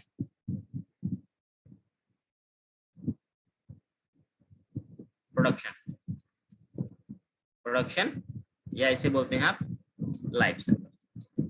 ठीक है, जनरली फ्लो ऐसे ही होता है, जब आप कभी कोड लिखोगे तो कोड का फ्लो ऐसे ही होता है। पहले कोड क्या होता है अपने पास, आप डेवलपमेंट करते हैं, डेवलपमेंट के बाद आपका क्या होता है, टेस्टिंग होता है, टेस्टिंग के बाद जिसे यूएटी सर्वर बोलते हैं। ठीक है, टेस्टिंग के बाद आपका जाता है कोड प्रोडक्शन पे। ये फेज होती है डेवलपमेंट की, जब हम लोग अपना कोड करेंगे, आप जब भी डेवलपमेंट करेंगे तो ऐसे मिलता है। तो इसमें होता क्या है एग्जैक्टली, जब आप कभी भी इस तरह के काम करते हैं तो सबसे पहले जब डेवलपमेंट करते हैं तो आपको जब कोड अपना टेस्टिंग में देना होता है, तो टेस्टिंग से पहले आपके कोड का क्या होता है, रिव्यू होता है, उससे पहले ही आपके कोड का रिव्यू होता है। ठीक है, तो जब तक आपका कोड रिव्यू सही नहीं होता है तब तक आप कोड को यूएटी पे नहीं डाल सकते। ठीक है, सबसे पहले डेवलपमेंट के बाद आपका कोड रिव्यू होगा। रिव्यू होने का मतलब होता है कि आपके कोड के सारे सिग्निफिकेंस चेक किए जाते हैं कि एग्जैक्टली कोड के अंदर आपने कैसा स्ट्रक्चर यूज किया है, कितनी मेमोरी यूज कर रहा है, कोई ऐसी चीज तो नहीं है जिसको आपने गलत तरीके से इस्तेमाल कर लिया है। उसको मतलब पूरा रीस्ट्रक्चर्ड करने का प्रयास किया जाता है ताकि आपका कोड सही। ठीक है। तो सब चीजें इस तरह से हम लोग देखते हैं कि भैया कोड आपका सही चल रहा है, नहीं चल रहा है, प्रॉपर स्ट्रक्चर्ड है भी या नहीं है। तो एग्जैक्टली हम लोग डेवलपमेंट के बाद कोड रिव्यू करवाते हैं। कोड रिव्यू जनरली आपका जो सीनियर होता है या टीएल होता है या आपका जो भी सीनियर मेंबर होता है वो जनरली आपके कोड का रिव्यू करता है, क्योंकि वही देखता है कि आपने कोड कैसा लिखा हुआ है। तो आप कोड जब भी लिखेंगे तो आपके कोड का रिव्यू होता है, रिव्यू के बाद आपका टेस्टिंग सर्वर पे जाता है। तो रिव्यू के लिए हमें बहुत जरूरी है कि हम कोड लिखने के साथ साथ कोड को स्ट्रक्चर्ड लिखें। अगर मान लो आपका कोड स्ट्रक्चर्ड नहीं है तो कोड रिव्यू में आपका फेल हो जाएगा कोड, और आपको वापस दोबारा कोड करना पड़ेगा। ये एक बहुत बड़ा पंगा होता है जो जनरली डेवलपर के साथ फेस होता है, जनरली जिन्हें नहीं पता होता है वो सीखते हैं धीरे धीरे करके। तो मेरा कंसर्न ये है कि जब आप सीख रहे हो तो आप जो भी सीखो, सीखना तो वही चीज है, लेकिन सीखने के साथ साथ आप स्ट्रक्चर्ड सीखो, तरीके से कोड करना सीखो कि आपका कोड वेल स्ट्रक्चर्ड होना चाहिए, कोड में लैक नहीं होने चाहिए, ताकि इन फ्यूचर जब आप कोड लिखिए तो किसी को भी देखने पर आपका कोड लगे कि आपने उस बंदे ने कोड को सही किया हुआ है, स्ट्रक्चर्ड कोड किया हुआ है। That is the happiness. वो एक हैप्पीनेस क्रिएट करेगा आपकी टीम में, आपको देख करके कि आप जो कर रहे हो वो अच्छा कर रहे हो, अच्छे तरीके से कर रहे हो। ठीक है। तो इसलिए हम लोग कोशिश ये करते हैं कि कोड को स्ट्रक्चर्ड करने का प्रयास करते हैं, जिसमें मेमोरी मैनेजमेंट, मेमोरी लैक ना आने पाए, किसी चीज को हम लोग बार बार यूज नहीं कर रहे हैं, कोड मेंटेनेबल रहेगा थोड़ा सा ज्यादा, तो कोड मेंटेनेबिलिटी को मेंटेन करेंगे। तो ये सारी चीजें जो होती है ना वो सब इस प्रोसेस के अंदर हमें रखनी पड़ती है। तो हम जब कोड स्ट्रक्चर लिखेंगे तो हमारा कोड मेंटेनेबल रहेगा, कोड हमारा सिक्योर रहेगा, कोड हमारा परफॉर्मेंस वाइज बढ़िया रहेगा, ये सारे बेनिफिट्स हमें मिलते रहेंगे। ठीक है। तो इसलिए हम लोग यहाँ पर इसी पर्टिकुलर चीज को पर्टिकुलर कंसेप्ट को यूज करते हैं। तो यहाँ पर स्टैटिक का क्या रिलेशन है, स्टैटिक में ये चीज क्यों बता रहा हूँ आपको। स्टैटिक में इसलिए चीज बता रहा हूँ कि देखो स्टैटिक में हम लोग जब भी कोडिंग करते हैं तो कोडिंग का अपना एक डिजाइन पैटर्न होता है या अपने अपने डिजाइन पैटर्न होते हैं। ठीक है। तो एग्जैक्टली जब आप कभी कोड करोगे प्रोजेक्ट पे तो जनरली आप अपना कोई ना कोई एक डिजाइन पैटर्न फॉलो करते हैं। ठीक है। तो स्टैटिक एक ऐसा कॉन्सेप्ट है, एक ऐसा टेक्निक है जो आपके कोड को exactly singleton design pattern provide करता है। सिंगलटन डिजाइन पैटर्न प्रोवाइड करता है। सिंगलटन का मतलब आगे समझेंगे बहुत डिटेल में हम लोग, लेकिन अभी समझने का प्रयास करना सिंगलटन का मतलब क्या है। सिंगलटन का मतलब होता है कि एक ऐसा स्ट्रक्चर्ड, एक ऐसा टेक्निक, एक ऐसा कोड जो सिंगल इंस्टेंस पे काम करता है, सिंगल इंस्टेंस पे काम करता है। सिंगल इंस्टेंस पे काम करने का मतलब क्या होता है। सिंगल इंस्टेंस पे काम करने का मतलब होता है कि जैसे मान लो आपका प्रोजेक्ट है, ठीक। अब प्रोजेक्ट के अंदर आप क्या कर रहे हो, आप प्रोजेक्ट के अंदर मान लो डेटाबेस कनेक्शन एस्टैब्लिश कर रहे हो, just suppose that database connection establish कर रहे हो। अब आपने मान लो 50 से पेज या 20 पेज या 15 पेज बनाए, मान लो आपने 15 पेज बनाए। अब 15 पेज के अंदर आपको डेटाबेस कनेक्शन आपको यूज करना होगा, तो आप हर जगह जाके क्या करेंगे, उस कनेक्शन क्लास को एस्टैब्लिश करेंगे, रिकंस्ट्रक्ट करेंगे, रीइनिशियलाइज करेंगे, सारा कुछ बार बार करेंगे, जिससे वो काम को बार बार क्या करेगा, करना पड़ेगा उसे। That is the much time taken, उसके लिए टाइम टेकन हो जाएगा, परफॉर्मेंस को स्लो करेगा, वो कोड स्ट्रक्चर नहीं होता है। हम क्या करें, कुछ ऐसा सिस्टम बनाएं, कुछ ऐसा टेक्निक बनाएं कि आपका वो पर्टिकुलर क्लास जिसे पूरी जगह यूज करना है उसे एक ही जगह इंस्टेंशिएट हो, एक ही जगह मेमोरी एलोकेट करे, पूरे प्रोजेक्ट के अंदर यूज हो। ये कोड थोड़ा सा आपका वेल स्ट्रक्चर्ड हो जाएगा और इससे कोड की जो परफॉर्मेंस होती है वो भी इनहेंस होती है और आपका कोड ज्यादा मेंटेनेबल भी रहेगा। तो इस तरह की चीजों को, सिंगलटन वगैरह की जैसी चीजों को अचीव करने के लिए हम स्टैटिक का कंसेप्ट की इस्तेमाल करते हैं, स्टैटिक कॉन्सेप्ट का इस्तेमाल करते हैं, जिससे हमें सिंगलटन बेनिफिट्स मिलते हैं। बात समझ आई आप? तो ये अच्छे बेनिफिट्स हैं, अच्छे कॉन्सेप्ट हैं। आने वाले टाइम में थोड़ा सा कैपेबिलिटी आपकी हो जाएगी सही, तो मैं इस तरह के पैटर्न को बनाना भी सिखाऊंगा कि कैसे हम इस तरह का स्ट्रक्चर्ड कोड लिख सकते हैं, ताकि हम मैनेजमेंट है वो बेटर हो पाए और अच्छी तरीके से मेमोरी मैनेज करके कोड कर पाए। तो कोडिंग में ये बहुत जरूरी चीज है कि आपका मेमोरी मैनेजमेंट बेटर होना चाहिए, और मेमोरी मैनेजमेंट बेटर तभी हो सकता है जब आपका कोडिंग स्ट्रक्चर्ड सही होगा, आप सारे कंसेप्ट को सही तरीके से समझेंगे, उसे इस्तेमाल करेंगे। ठीक है। तो स्टैटिक हम लोग बेसिकली इसीलिए यूज करते हैं। अब कुल मिलाकर समरी ये है स्टैटिक यूज करने की कि अगर हमें अपने मेंबर को शेयरेबल बनाना है, उसको बार बार मेमोरी एलोकेट नहीं करानी है, तो ऐसी सिचुएशन में हम क्या करते हैं, अपने मेंबर्स को स्टैटिक डिफाइन कर देते हैं। ऐसी सिचुएशन में अपने मेंबर्स को हम लोग स्टैटिक डिफाइन करते हैं ताकि उसको बार बार मेमोरी एलोकेशन ना हो और वो हमें कहीं भी यूज करना चाहे हम डायरेक्टली उसे इस्तेमाल कर पाए। ठीक है, तो सारी चीजों का समरी यही है। इसके अलावा बेनिफिट क्या है, अगर आप स्टैटिक बनाते हैं तो स्टैटिक के केस में आप कभी भी ध्यान रखिएगा कि आपको क्लास का ऑब्जेक्ट नहीं बनाना पड़ेगा, डायरेक्ट आप एक्सेस कर पाएंगे क्लास के नाम के साथ। ठीक है, स्कोप वाइज समझिएगा एक कि आप नॉन स्टैटिक स्कोप में, चाहे क्लास हो चाहे फंक्शन, नॉन स्टैटिक स्कोप में स्टैटिक मेंबर को यूज कर सकते हैं, जबकि स्टैटिक स्कोप के अंदर नॉन स्टैटिक मेंबर को एक्सेस नहीं कर पाएंगे। जैसे अगर आपने कोई फंक्शन स्टैटिक बना दिया तो उसके अंदर non static variable, non static function access नहीं कर पाएंगे। अगर आपने क्लास को स्टैटिक बना दिया उसके अंदर कोई भी नॉन स्टैटिक प्रॉपर्टी बनी नहीं सकती है। जैसे अगर मैं आपको यहाँ दिखाऊं, अगर मैं क्लास के सामने यहाँ पर स्टैटिक लगा दूं, ठीक है, अगर मैं स्टैटिक लगा दूं तो आप देखोगे इसके अंदर नॉन स्टैटिक कुछ भी नहीं बनेगा, मतलब आपका फंक्शन और कंस्ट्रक्टर एरर देने लगेगा। क्योंकि स्टैटिक क्या कहता है कि स्टैटिक स्कोप में केवल और केवल स्टैटिक चीजें ही बन सकती हैं।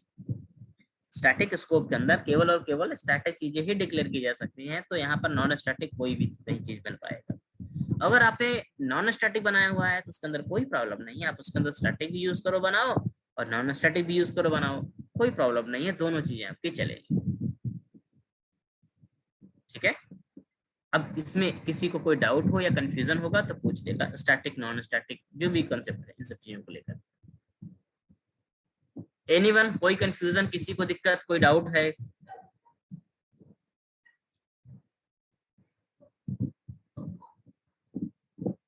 कॉन्सेप्चुअली समझो, कोई प्रॉब्लम हो डिस्कस करो, कोई कंफ्यूजन आए पूछो, क्योंकि जब तक आप लोग कंफ्यूजन को क्लियर नहीं कराओगे तब तक मुझे भी लगेगा समझ में आ रहा है, फिर मैं आगे निकल जाऊंगा, तो ये थोड़ा सही कम तरीका होता है। कॉन्सेप्ट्स को क्लियर करना बहुत जरूरी है, क्योंकि अभी ना आप बेस तैयार कर रहे हो। अगर आपका बेस अच्छा रह गया, मतलब समझ लो आप पिलर बना रहे हो, अगर आपकी पिलर सही चली गई तो आपके मकान अपने आप अच्छे बन जाएंगे।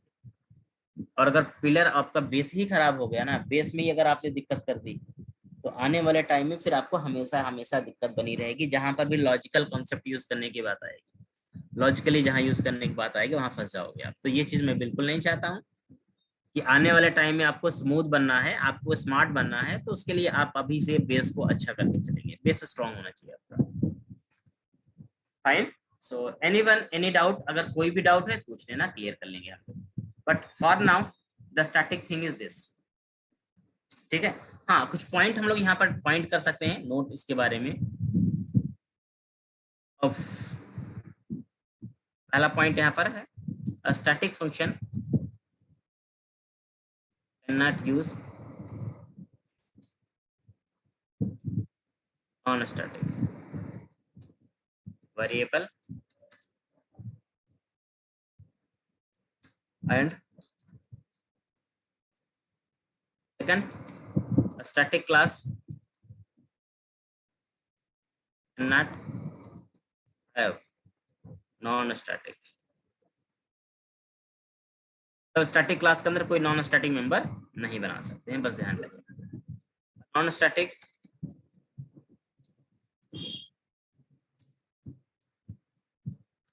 क्लास या method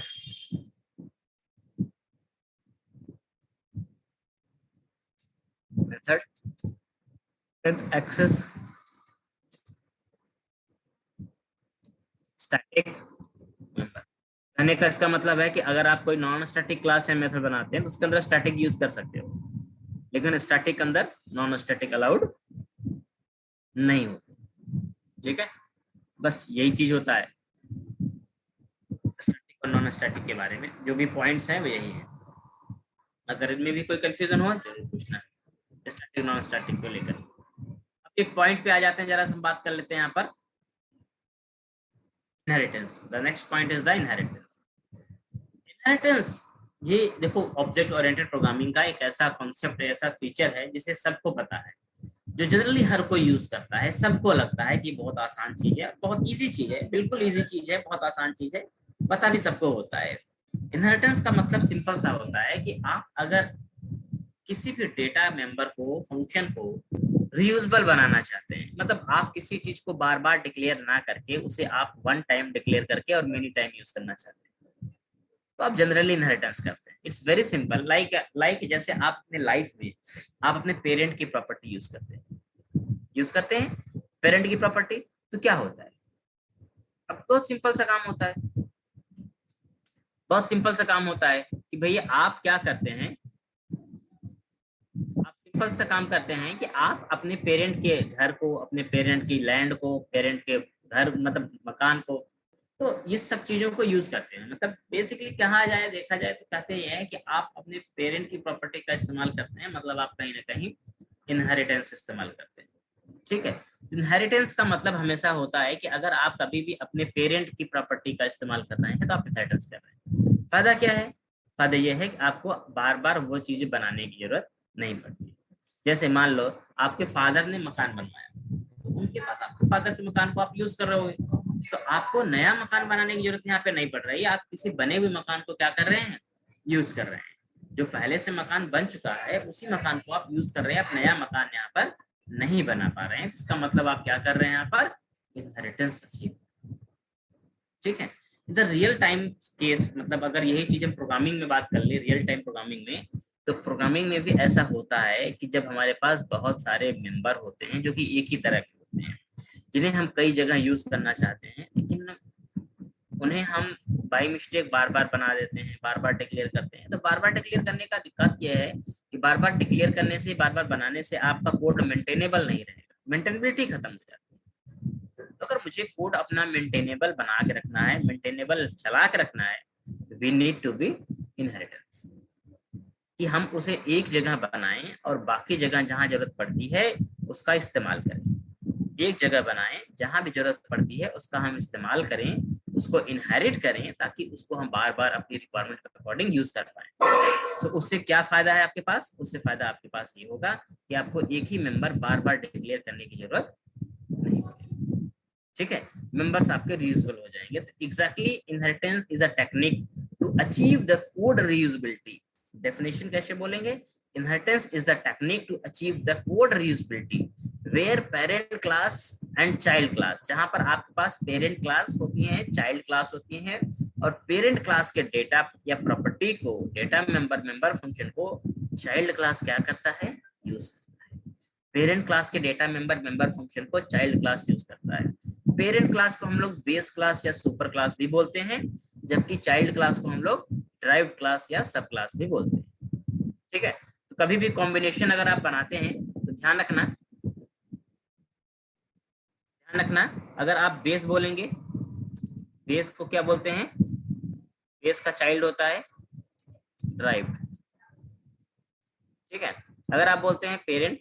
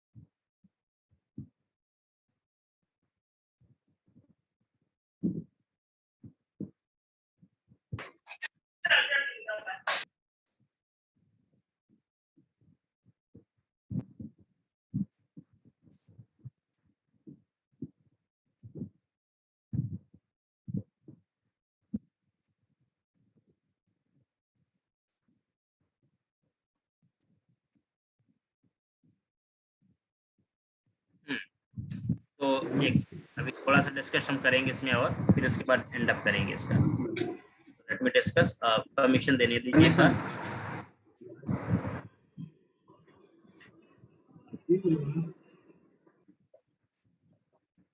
Recording in progress.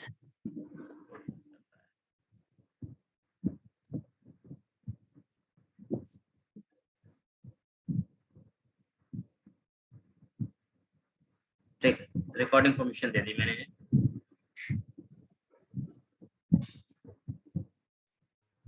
Sir हमें नहीं मिली। दे दिया है, देखिए।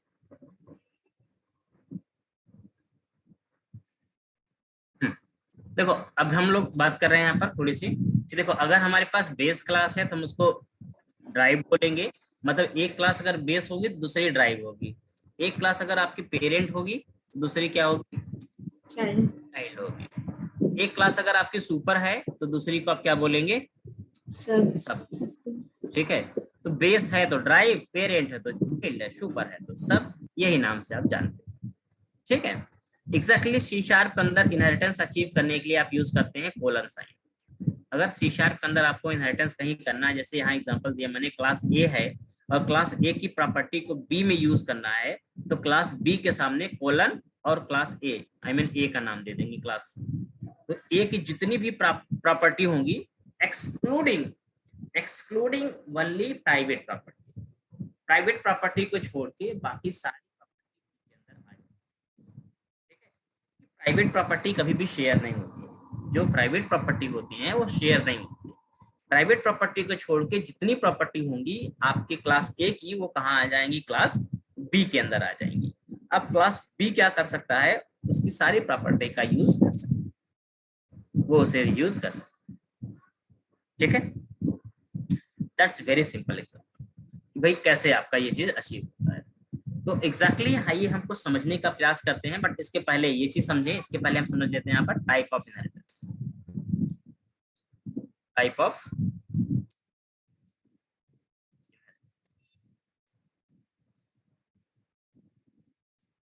ये टाइप ऑफ इनहेरिटेंस क्या होता है? टाइप ऑफ इनहेरिटेंस का मतलब है कि इनहेरिटेंस हम कितनी तरीके से कर सकते हैं। तो यहाँ पर there is type of inheritance. तो यहाँ पर नंबर 1 अपने पास होता है, इसको आप बोलते हैं क्या है? Single level inheritance. नंबर 2 बोलते हैं मल्टी लेवल। क्या होता है? Multi level. नंबर 3 पे होता है क्या? हायरार्किकल। हायरार्किकल। नंबर 4 पे होता है मल्टीपल। ठीक है। नंबर 5 पे आता आपका है मल्टीपल। आपके पास 5 प्रकार के इनहेरिटेंस होते हैं, ध्यान रखना 5 प्रकार का इनहेरिटेंस होता है। ठीक है, टोटल जो होता है। अब सी शार्प में कितना सपोर्ट करता है वो बात की बात है, लेकिन टोटल ऑब्जेक्ट ओरिएंटेड प्रोग्रामिंग के अंदर 5 प्रकार के इनहेरिटेंस चलते हैं। ठीक है, single level, multi level, hierarchical, hybrid and multi. So it's very simple.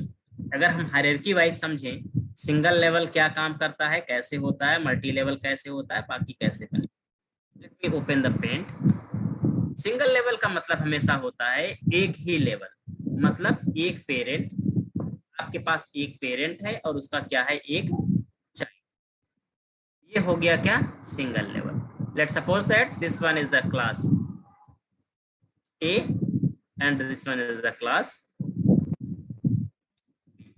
Inherits A. So ये क्या हो गया? अपना केवल और केवल सिंगल। अगर आप इसको देखेंगे स्ट्रक्चर वाइज, तो यहाँ पर बी क्लास ने क्या किया? ए क्लास की जो भी प्रॉपर्टीज थी उन्हें क्या किया है?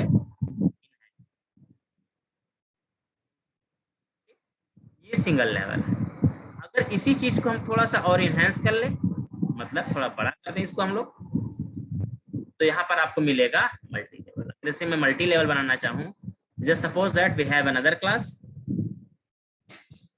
एक क्लास मेरे पास और है, that is the class C. मेरे पास एक क्लास क्या है? शी है। इसने क्या किया?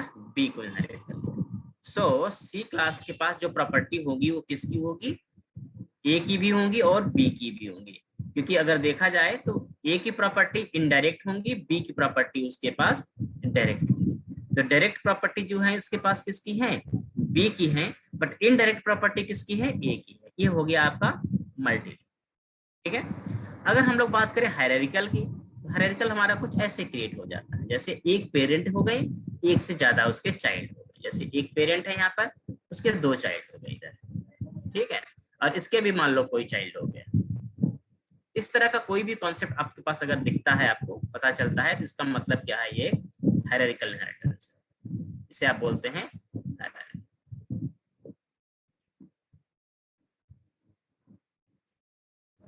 इसको सही थोड़ा कर देते हैं।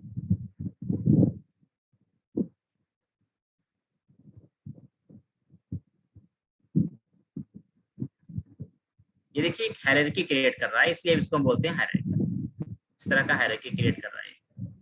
ये क्या हो गया, एक हायरार्की।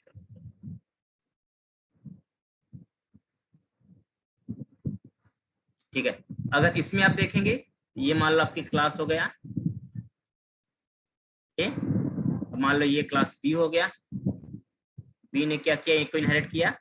ये क्लास मान लो सी हो गया, सी ने क्या किया, एक को इनहेरिट किया। इधर मान लो ये अपने पास क्या हो गया, डी हो गया, तो डी ने क्या किया, सी को इनहेरिट किया। तो यहाँ पर अपने पास क्या हो रहा है, एक हायरार्की क्रिएट हो रही है, ट्री स्ट्रक्चर क्रिएट हो रहा है।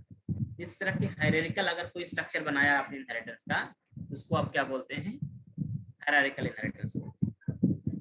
ठीक है, तो अपने पास ये तीन इनहेरिटेंस जो हैं, सिंगल लेवल, मल्टी लेवल और हायरार्किकल, ये तीन इनहेरिटेंस आपके सी शार्प अंदर सपोर्ट करते हैं। अगर आप सी शार्प का इस्तेमाल करते हैं तो ये तीन इनहेरिटेंस आप अपने सी शार्प में यूज कर सकते हैं। लेकिन आपके रेस्ट ऑफ दो जो हैं, जैसे हाइब्रिड और मल्टीपल आप बोलते हैं, तो हाइब्रिड और मल्टीपल जो होता है, ये दोनों ही सी शार्प के अंदर सपोर्ट में नहीं। ठीक है, अगर देखा जाए तो हाइब्रिड और मल्टीपल दोनों ही सी शार्प के अंदर सपोर्ट में नहीं है। हाइब्रिड लेकिन होता कैसा है और मल्टीपल कैसा होता है, इसको भी समझ लें। क्या होता है, जैसे मान लो अपने पास एक क्लास है, एक क्लास ये, सपोज करो हाइब्रिड क्या स्ट्रक्चर बन जाए, एक क्लास ये है, एक क्लास ये, इधर भी मान लो एक क्लास है और अपने पास एक इधर भी। अब यहाँ पर अगर इनहेरिटेंस के स्ट्रक्चर को मैं थोड़ा सा चेंज करने का प्रयास करूं और इस तरह का मान लो इनहेरिटेंस हो जाए कि भाई ये क्लास क्या कर रहा है, इधर इधर जा रहा है, सपोज दैट मान लो इसने इनहेरिट किया इधर से, इसने क्या किया, इसे इनहेरिट किया।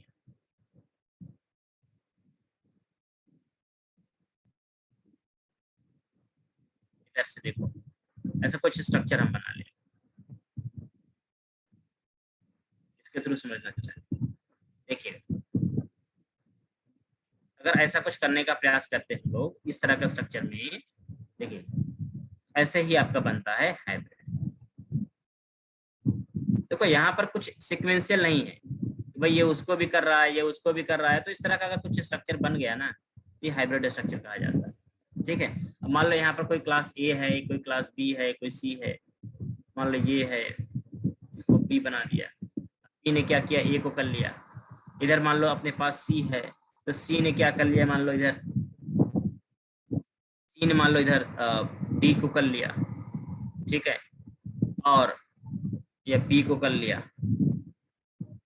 ए को कर लिया। क्या है, मान लो ये डी है, डी ने क्या किया, मान लो इनहेरिट किया यहाँ पर ए को, आई मीन सॉरी बी को, या फिर किसको, सी को। एग्जैक्टली यहाँ पर क्या हो गया, हाइब्रिड का केस हो गया। तो हाइब्रिड के केस का क्या मतलब होता है कि हमेशा जब कभी मिक्स हो जाते हैं आकर के, या मान लो एक ही है जो एक दूसरे को हाइब्रिडली एक्सेस कर रहा है, कि भाई बी ने क्या किया, अब यहाँ पर मान लो अगर ए की प्रॉपर्टी आई बी के अंदर और ए की प्रॉपर्टी सी के अंदर आई, अब भी मान लो यहाँ पर डी एक्सेस होता है, डी एक्सेस बी सी को करता है, तो भाई इनडायरेक्ट ए की प्रॉपर्टी हाइब्रिड मैच कर जाएंगे इसके अंदर। तो एग्जैक्टली ये कंसेप्ट हो गया जो बेसिकली क्या है, गलत, जो बेसिकली गलत है, मतलब जो स्ट्रक्चर अलाउड नहीं होता है, ये एक हाइब्रिड स्ट्रक्चर क्रिएट कर लेता है। इसलिए हाइब्रिड अलाउड नहीं होता है, क्योंकि यहाँ पर प्रॉब्लम क्या आती है प्रोग्रामिंग के अंदर, कि अगर एक ही मेंबर मान लो इधर बी में गया इधर सी में गया तो चलेगा, लेकिन अगर बी सी दोनों ही यहाँ पर इनहेरिट करने की परमिशन मिल गई तो ए वाला कहाँ जाए,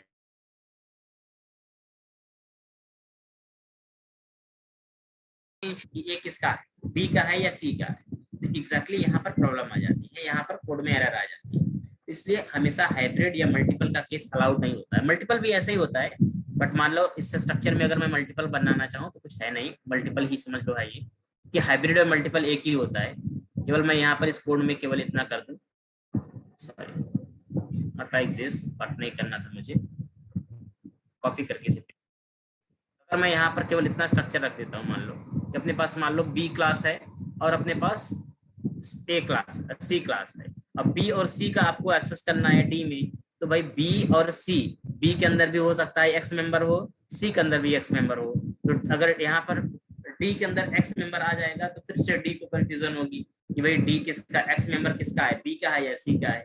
इसलिए कभी भी क्लासेस हाइब्रिड और मल्टीपल अलाउड नहीं करती हैं कि आप अगर ऐसा करते हैं तो वे भी मेंबर कंफ्लिक्ट हो जाते हैं, मेंबर में एम्बिगिटी आ जाती है, और एम्बिगिटी आने की वजह से ये चीज अलाउड नहीं होती है कि आप ऐसा कर पाओ। इसको रिस्ट्रिक्ट किया गया है कि कभी भी एम्बिगिटी आने की वजह से ऐसा नहीं अलाउ किया जाता है कि आप एक ही मेंबर को बार बार यूज कर पाओ, या फिर हाइब्रिड नेचर में, या फिर आप मल्टीपल नेचर में यूज कर पाओ। So that's why multiple inheritance and hybrid inheritance दोनों ही आपके सी शार्प अंदर सपोर्ट नहीं करते हैं, जबकि आप सिंगल लेवल, मल्टी लेवल और हायरार्किकल तीनों ही यूज कर सकते हैं।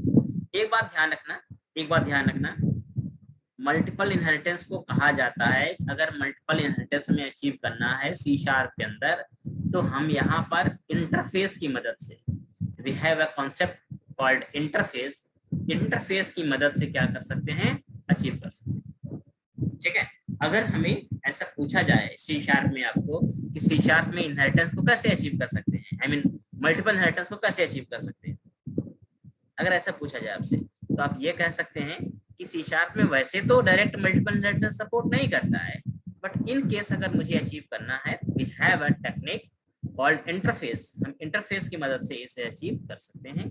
इसमें हम एक साथ मल्टीपल क्लासेस को, मल्टीपल इंटरफेस को इनहेरिट कर सकते हैं, इंप्लीमेंट कर सकते हैं। But that is not exactly multiple inheritance, exactly multiple inheritance है नहीं, बट एग्जैक्टली एक स्ट्रक्चर तो बना ही सकते हैं, भले ही वो उसका पर्पस पूरा हो या ना हो, बट एग्जैक्टली स्ट्रक्चर तो हम बना ही सकते हैं जो मल्टीपल इनहेरिटेंस का स्ट्रक्चर। ठीक है, तो कह सकते हैं हम लोग कि मल्टीपल इनहेरिटेंस हम अचीव डायरेक्ट तो नहीं कर सकते हैं, बट इसे अचीव करने के लिए हम लोग इंटरफेस का इस्तेमाल करते हैं।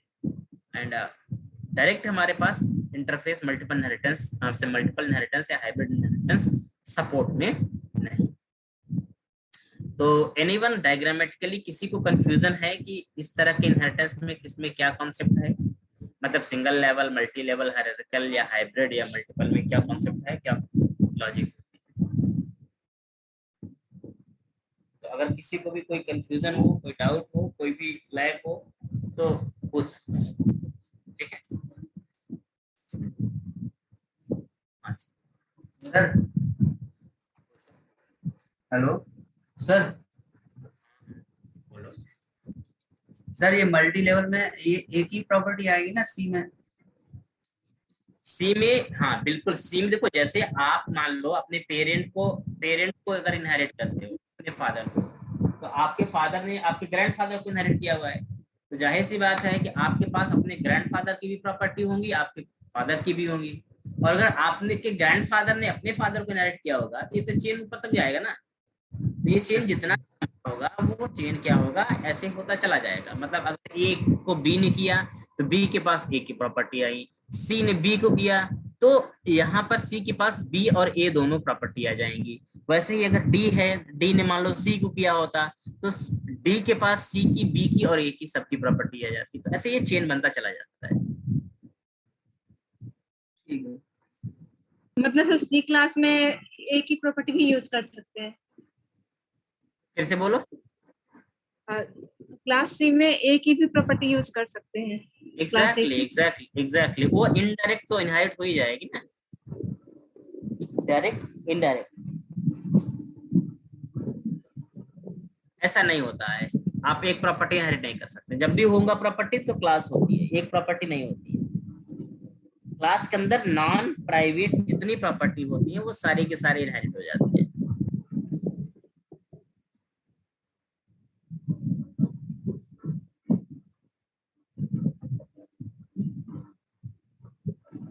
बिल्कुल कर सकते हो, तब तो वो डायरेक्ट हो गया ना, तो वो डायरेक्ट हो गया, और डायरेक्ट फिर वो ए का डायरेक्ट चाइल्ड हो जाएगा। एग्जैक्टली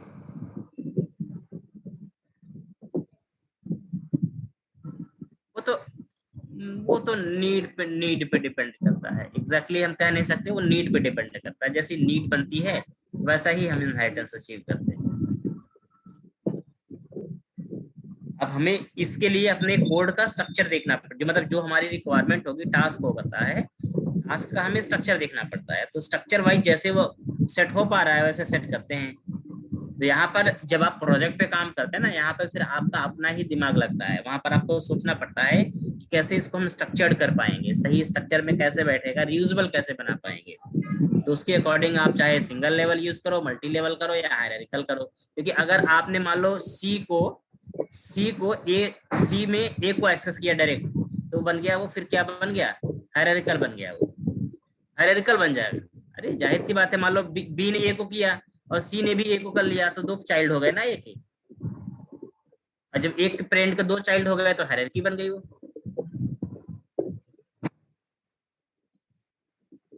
एक पेरेंट के नंबर ऑफ चाइल्ड हो सकते हैं, लेकिन एक चाइल्ड के नंबर ऑफ पेरेंट नहीं हो सकते हैं, बस इसी बात का ध्यान रखना।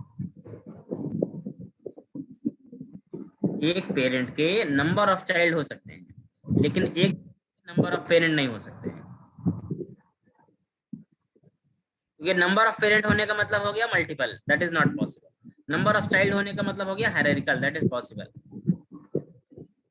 सर हायरार्किकल में आपने क्लास को एक कर सकते हैं, प्रॉपर्टी यूज कर सकते हैं हायरार्किकल।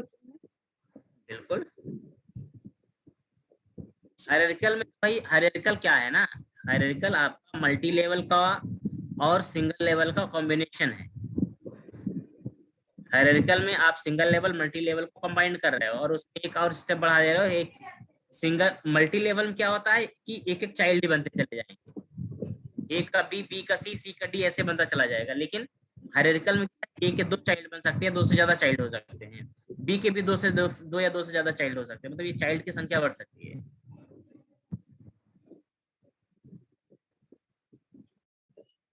ओके ठीक है। तो बस यही कॉन्सेप्ट है कॉन्सेप्चुअली इनहेरिटेंस का। अब इसको हमें इम्प्लीमेंट करके देखना है कि एग्जैक्टली हम इसको कैसे इम्प्लीमेंट कर सकते हैं और कैसे अचीव करते हैं।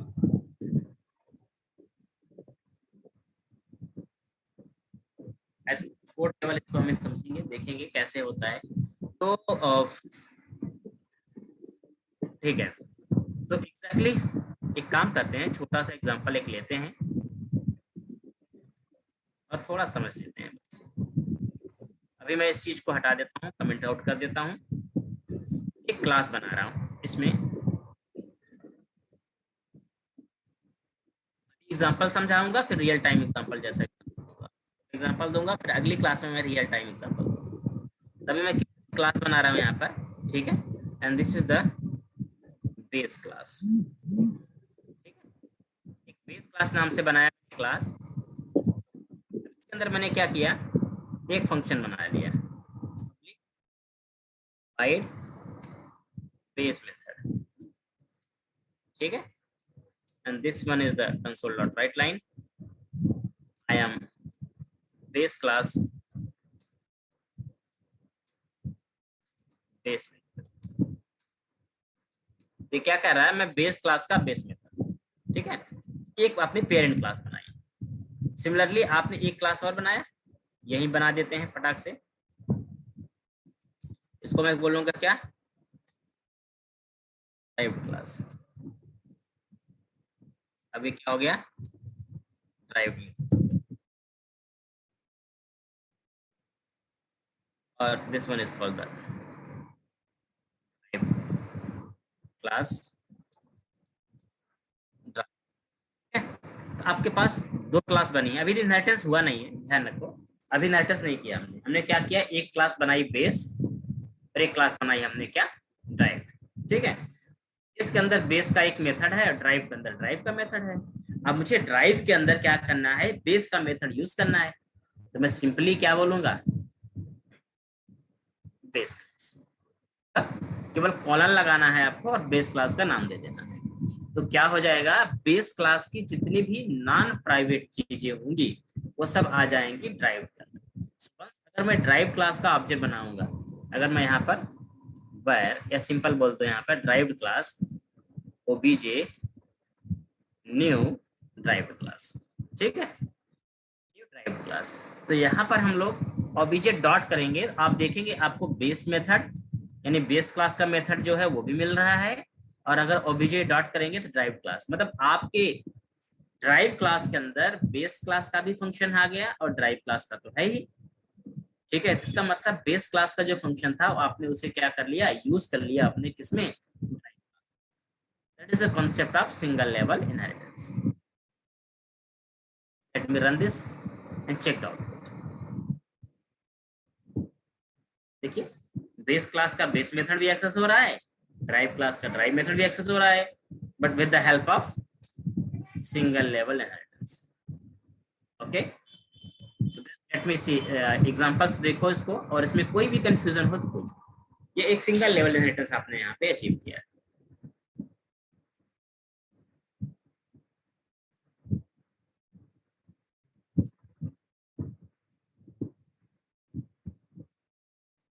एक बात ध्यान रखना, मैंने अभी भी बोला प्राइवेट नॉन प्राइवेट, मतलब प्राइवेट वाली चीजों को छोड़ के ही इनहेरिटेंस होता है। अगर मैं कोई फंक्शन यहाँ पर मान लो प्राइवेट बना देता हूँ, मान लो हमने कहा यहाँ पर बेस मेथड, ठीक है, और इसके अंदर मैंने यहाँ पर I am private in base. तो अगर मैं एक बोलता हूँ तो देखो, अगर मैं इनहेरिटेंस की बात करता हूँ तो देखो, अगर मैं ऑब्जेक्ट डॉट करूंगा ना यहाँ पे, वो वाला मेथड मुझे नहीं दिखेगा, वो वाला मेथड आपको यहाँ नहीं दिखेगा, क्योंकि वो मेथड क्या है, प्राइवेट। अगर आप किसी फंक्शन को प्राइवेट बनाएंगे बेस के अंदर, उसका इनहेरिटेंस पॉसिबल नहीं है, क्योंकि प्राइवेट चीजों का कभी इनहेरिटेंस नहीं होता है। जो जिसका प्राइवेट होता है, प्राइवेट चीजों का कभी भी इनहेरिटेंस नहीं अलाउड होता है या पॉसिबल नहीं।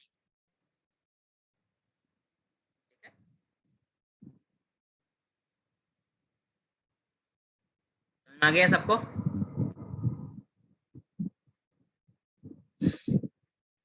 मैं एक और क्लास बना रहा हूँ मल्टी लेवल अचीव करने के लिए। एक क्लास बनाएंगे, और मैंने यहाँ पर बना दिया एक, मान लो अनदर ड्राइव, और इसके अंदर मैंने क्या किया, मान लो ड्राइव को इनहेरिट किया, ठीक है, और इसका नाम मैंने दे दिया मान लो अनदर ड्राइव, अनदर ड्राइव, ठीक है। तो एक तीसरा ड्राइव यहाँ पर क्लास बन गया। अब मैं ऑब्जेक्ट जब बनाऊंगा तो देखो किसका बनाऊंगा, मैं अनदर ड्राइव का।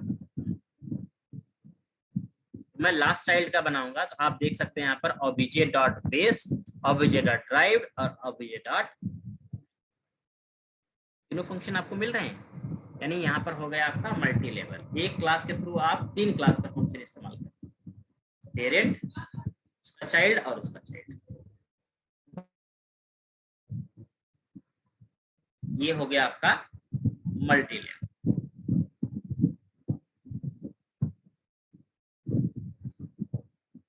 क्लियर है मल्टी लेवल? क्या सिंपल सा एग्जांपल है, बहुत सिंपल एग्जांपल देने का प्रयास कर रहा हूं, जिससे आप, अभी मैं रियल टाइम एग्जांपल हम देखेंगे अगली क्लास में, इसका हम रियल टाइम इंप्लीमेंटेशन कैसे करते हैं, बट अभी के लिए मैं आपको चाहता हूं कि आपको ये समझ में आ जाए कि इनहेरिटेंस बेसिक से एग्जांपल के साथ समझा जा सकता है। तो ये हो गया मेरे पास मल्टी लेवल इनहेरिटेंस, मतलब बेस क्लास को ड्राइव ने किया, ड्राइव को अनदर ड्राइव ने किया। तो अनदर ड्राइव के पास जो प्रॉपर्टीज हो गई, किसकी किसकी हो गई, पेरेंट की हो गई और उसके पेरेंट की हो गई। अच्छा, एक और चीज है, इंपॉर्टेंट चीज है, इनहेरिटेंस में आपने अनदर ड्राइव तो किया, लेकिन अगर मान लो मैं चाहता हूं कि इस पर्टिकुलर, अभी भी इनहेरिटेंस जो हुआ है, मैं चाहता हूं कि अभी मुझे जो केवल प्रॉपर्टी विजिबल रखती है या जो दिखानी है, यूज करनी है, वो केवल और केवल मुझे किसकी चाहिए होंगी, मैं चाहता हूं केवल बेस की एक्सेस करनी है, मतलब बेस वाले मुझे दिखानी है। मैं जब भी यहाँ पर इंस्टांस बनाऊंगा ना, तो देखो मैं यहाँ पर टाइप कर दे दूंगा बेस क्लास दे दूंगा। अगर मैंने बेस क्लास दे दिया तो देखो यहाँ पर जो प्रॉपर्टी विजिबल होगी ना, केवल वो केवल आपका ऑब्जेक्ट तो बना है अंदर ड्राइव का, लेकिन देखो विजिबिलिटी किसकी केवल है, बेस की। इसके अंदर विजिबिलिटी किसकी केवल होगी, बेस मेथड की होगी, मतलब यहाँ पर ड्राइव वाले, बाकी ड्राइव वाले विजिबल नहीं रहेंगे। इसका एक बहुत अच्छा बेनिफिट आपको हमेशा मिलता है। वो अच्छा बेनिफिट क्या है आपको मिलता है यहाँ पर, जो है वो अच्छा बेनिफिट ये है कि सिक्योरिटी इनहेंस होती है, विजिबिलिटी हाइड हो जाती है। अगर मान लो कोई ड्राइव आपने इनहेरिटेंस कर रखा है, लेकिन आपको बाकी चाइल्ड आपको नहीं दिखाने हैं, किसी लेवल तक की चाइल्ड दिखाने हैं कि बाकी चाइल्ड की विजिबिलिटी खत्म कर देते हैं, बंद कर देते हैं, तो हम क्या करते हैं, जो वेरिएबल ऑब्जेक्ट वेरिएबल लेते हैं वो उसी टाइप का ले लेते हैं जिस जहां तक हमें विजिबल करना होता है। तो अगर मुझे मान लो यहाँ तक विजिबल करना है तो मैं यहाँ चाहूंगा, और अगर मैं ड्राइव्ड क्लास तक का चाहता हूँ तो मैं ड्राइव्ड क्लास का ले लूंगा। तो यहाँ पर ड्राइव क्लास मतलब बेस और ड्राइव का दिखेगा, लेकिन आपका अंदर ड्राइव का नहीं दिखेगा। जहां तक आपको एक्सेसिबिलिटी लेनी है वहीं तक आप इसे सेट करेंगे, उस तरह से वेरिएबल डिक्लेयर कर सकते हैं। परफेक्टली आउटपुट आएगा, कोई इश्यू नहीं है, कोड लेवल पे कोई इश्यू नहीं आएगा, परफेक्ट रन करेगा। समझ गए बात? बस एक यही सिंपल सा एग्जांपल है, इसे समझना, पढ़ना, देखना कैसे हैंडल होता है। फिर अगली क्लास में मैं आपको इसी का एक रियल टाइम एग्जांपल बताऊंगा, रियल टाइम कोड क्रिएट करके, जैसे बैंकिंग कस्टमर वगैरह का हमने बना रखा हुआ है, तो इस तरह का बना करके एक रियल टाइम एग्जांपल समझेंगे कि कैसे हम इनहेरिटेंस को रियल टाइम में प्रेफर कर सकते हैं या अचीव कर सकते हैं, या जरूरत कैसे समझी जाएगी उसकी। और इससे रिलेटेड कुछ और कॉन्सेप्ट है, फिर इनकैप्सुलेशन, एब्स्ट्रैक्शंस जैसे कॉन्सेप्ट पे भी काम करेंगे। ठीक है, तो आज के लिए मैं इतना ही रख रहा हूँ। इनहेरिटेंस की कुछ एग्जांपल के साथ ही खत्म करते हैं, बाकी की चीजें, बाकी एग्जांपल्स नेक्स्ट क्लास में करेंगे। और अगर इसमें अभी तक कोई कंफ्यूजन या डाउट होगा तो पूछ लेना आपको। किसी को भी कोई डाउट या कोई कंफ्यूजन, कुछ पूछना हो?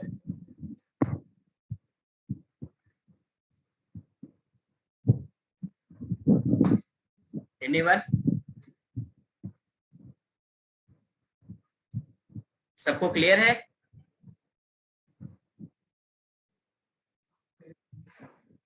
rom.cs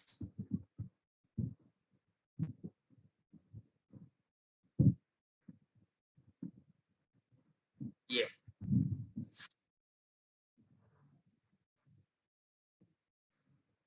ड्राइव क्लास आपकी जो है वो सेकंड वाली क्लास है, और इस क्लास तुम्हारे पास जो ऑब्जेक्ट बन रहा है वो लास्ट चाइल्ड का बन रहा है, मतलब एकदम लास्ट वाले ड्राइव क्लास। तुम्हें जितना स्टोर करना है, देखो सिंपल सी बात है, ऐसे समझो तुम्हारे पास मान लो, ये तुम्हारे पास मान लो पहली क्लास 1 लीटर बॉटल हो गई, ये तुम्हारे पास की बॉटल हो गई, और तीसरी वाली 3 लीटर की हो गई। तो जब तुम 3 लीटर का डेटा मान लो तुम्हें 1 लीटर वाले तक स्टोर करना है, तो तुम इस वाले को लोगे।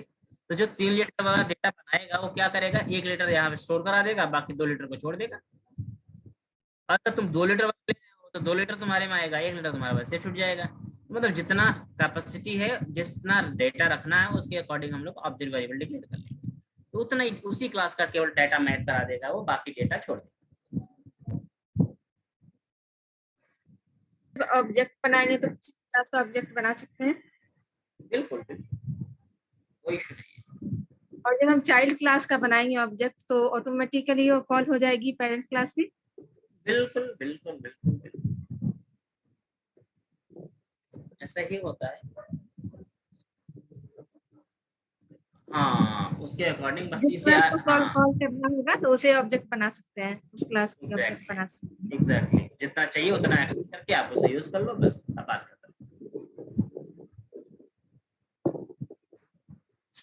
आगे चल के इससे कुछ और बेनिफिट्स भी हैं जो मैं समझाऊंगा अभी। अभी कुछ रिस्ट्रिक्शंस, जैसे एब्स्ट्रैक्ट क्लास आप पढ़ेंगे, इंटरफेस पढ़ेंगे, तो उसमें कुछ रिस्ट्रिक्शंस होते हैं, जिसके लिए जानना जरूरी है। तो आपको उसमें उस कॉन्सेप्ट को लेकर के इसका बेनिफिट फिर समझ में आ जाएगा।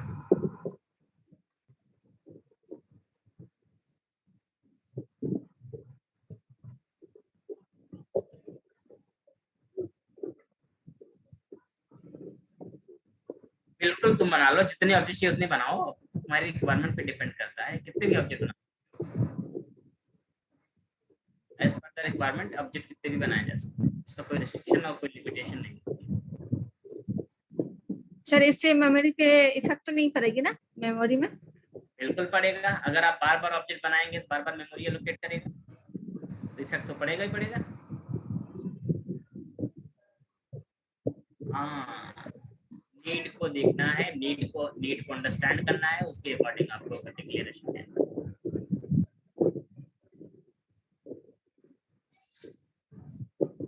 Okay sir.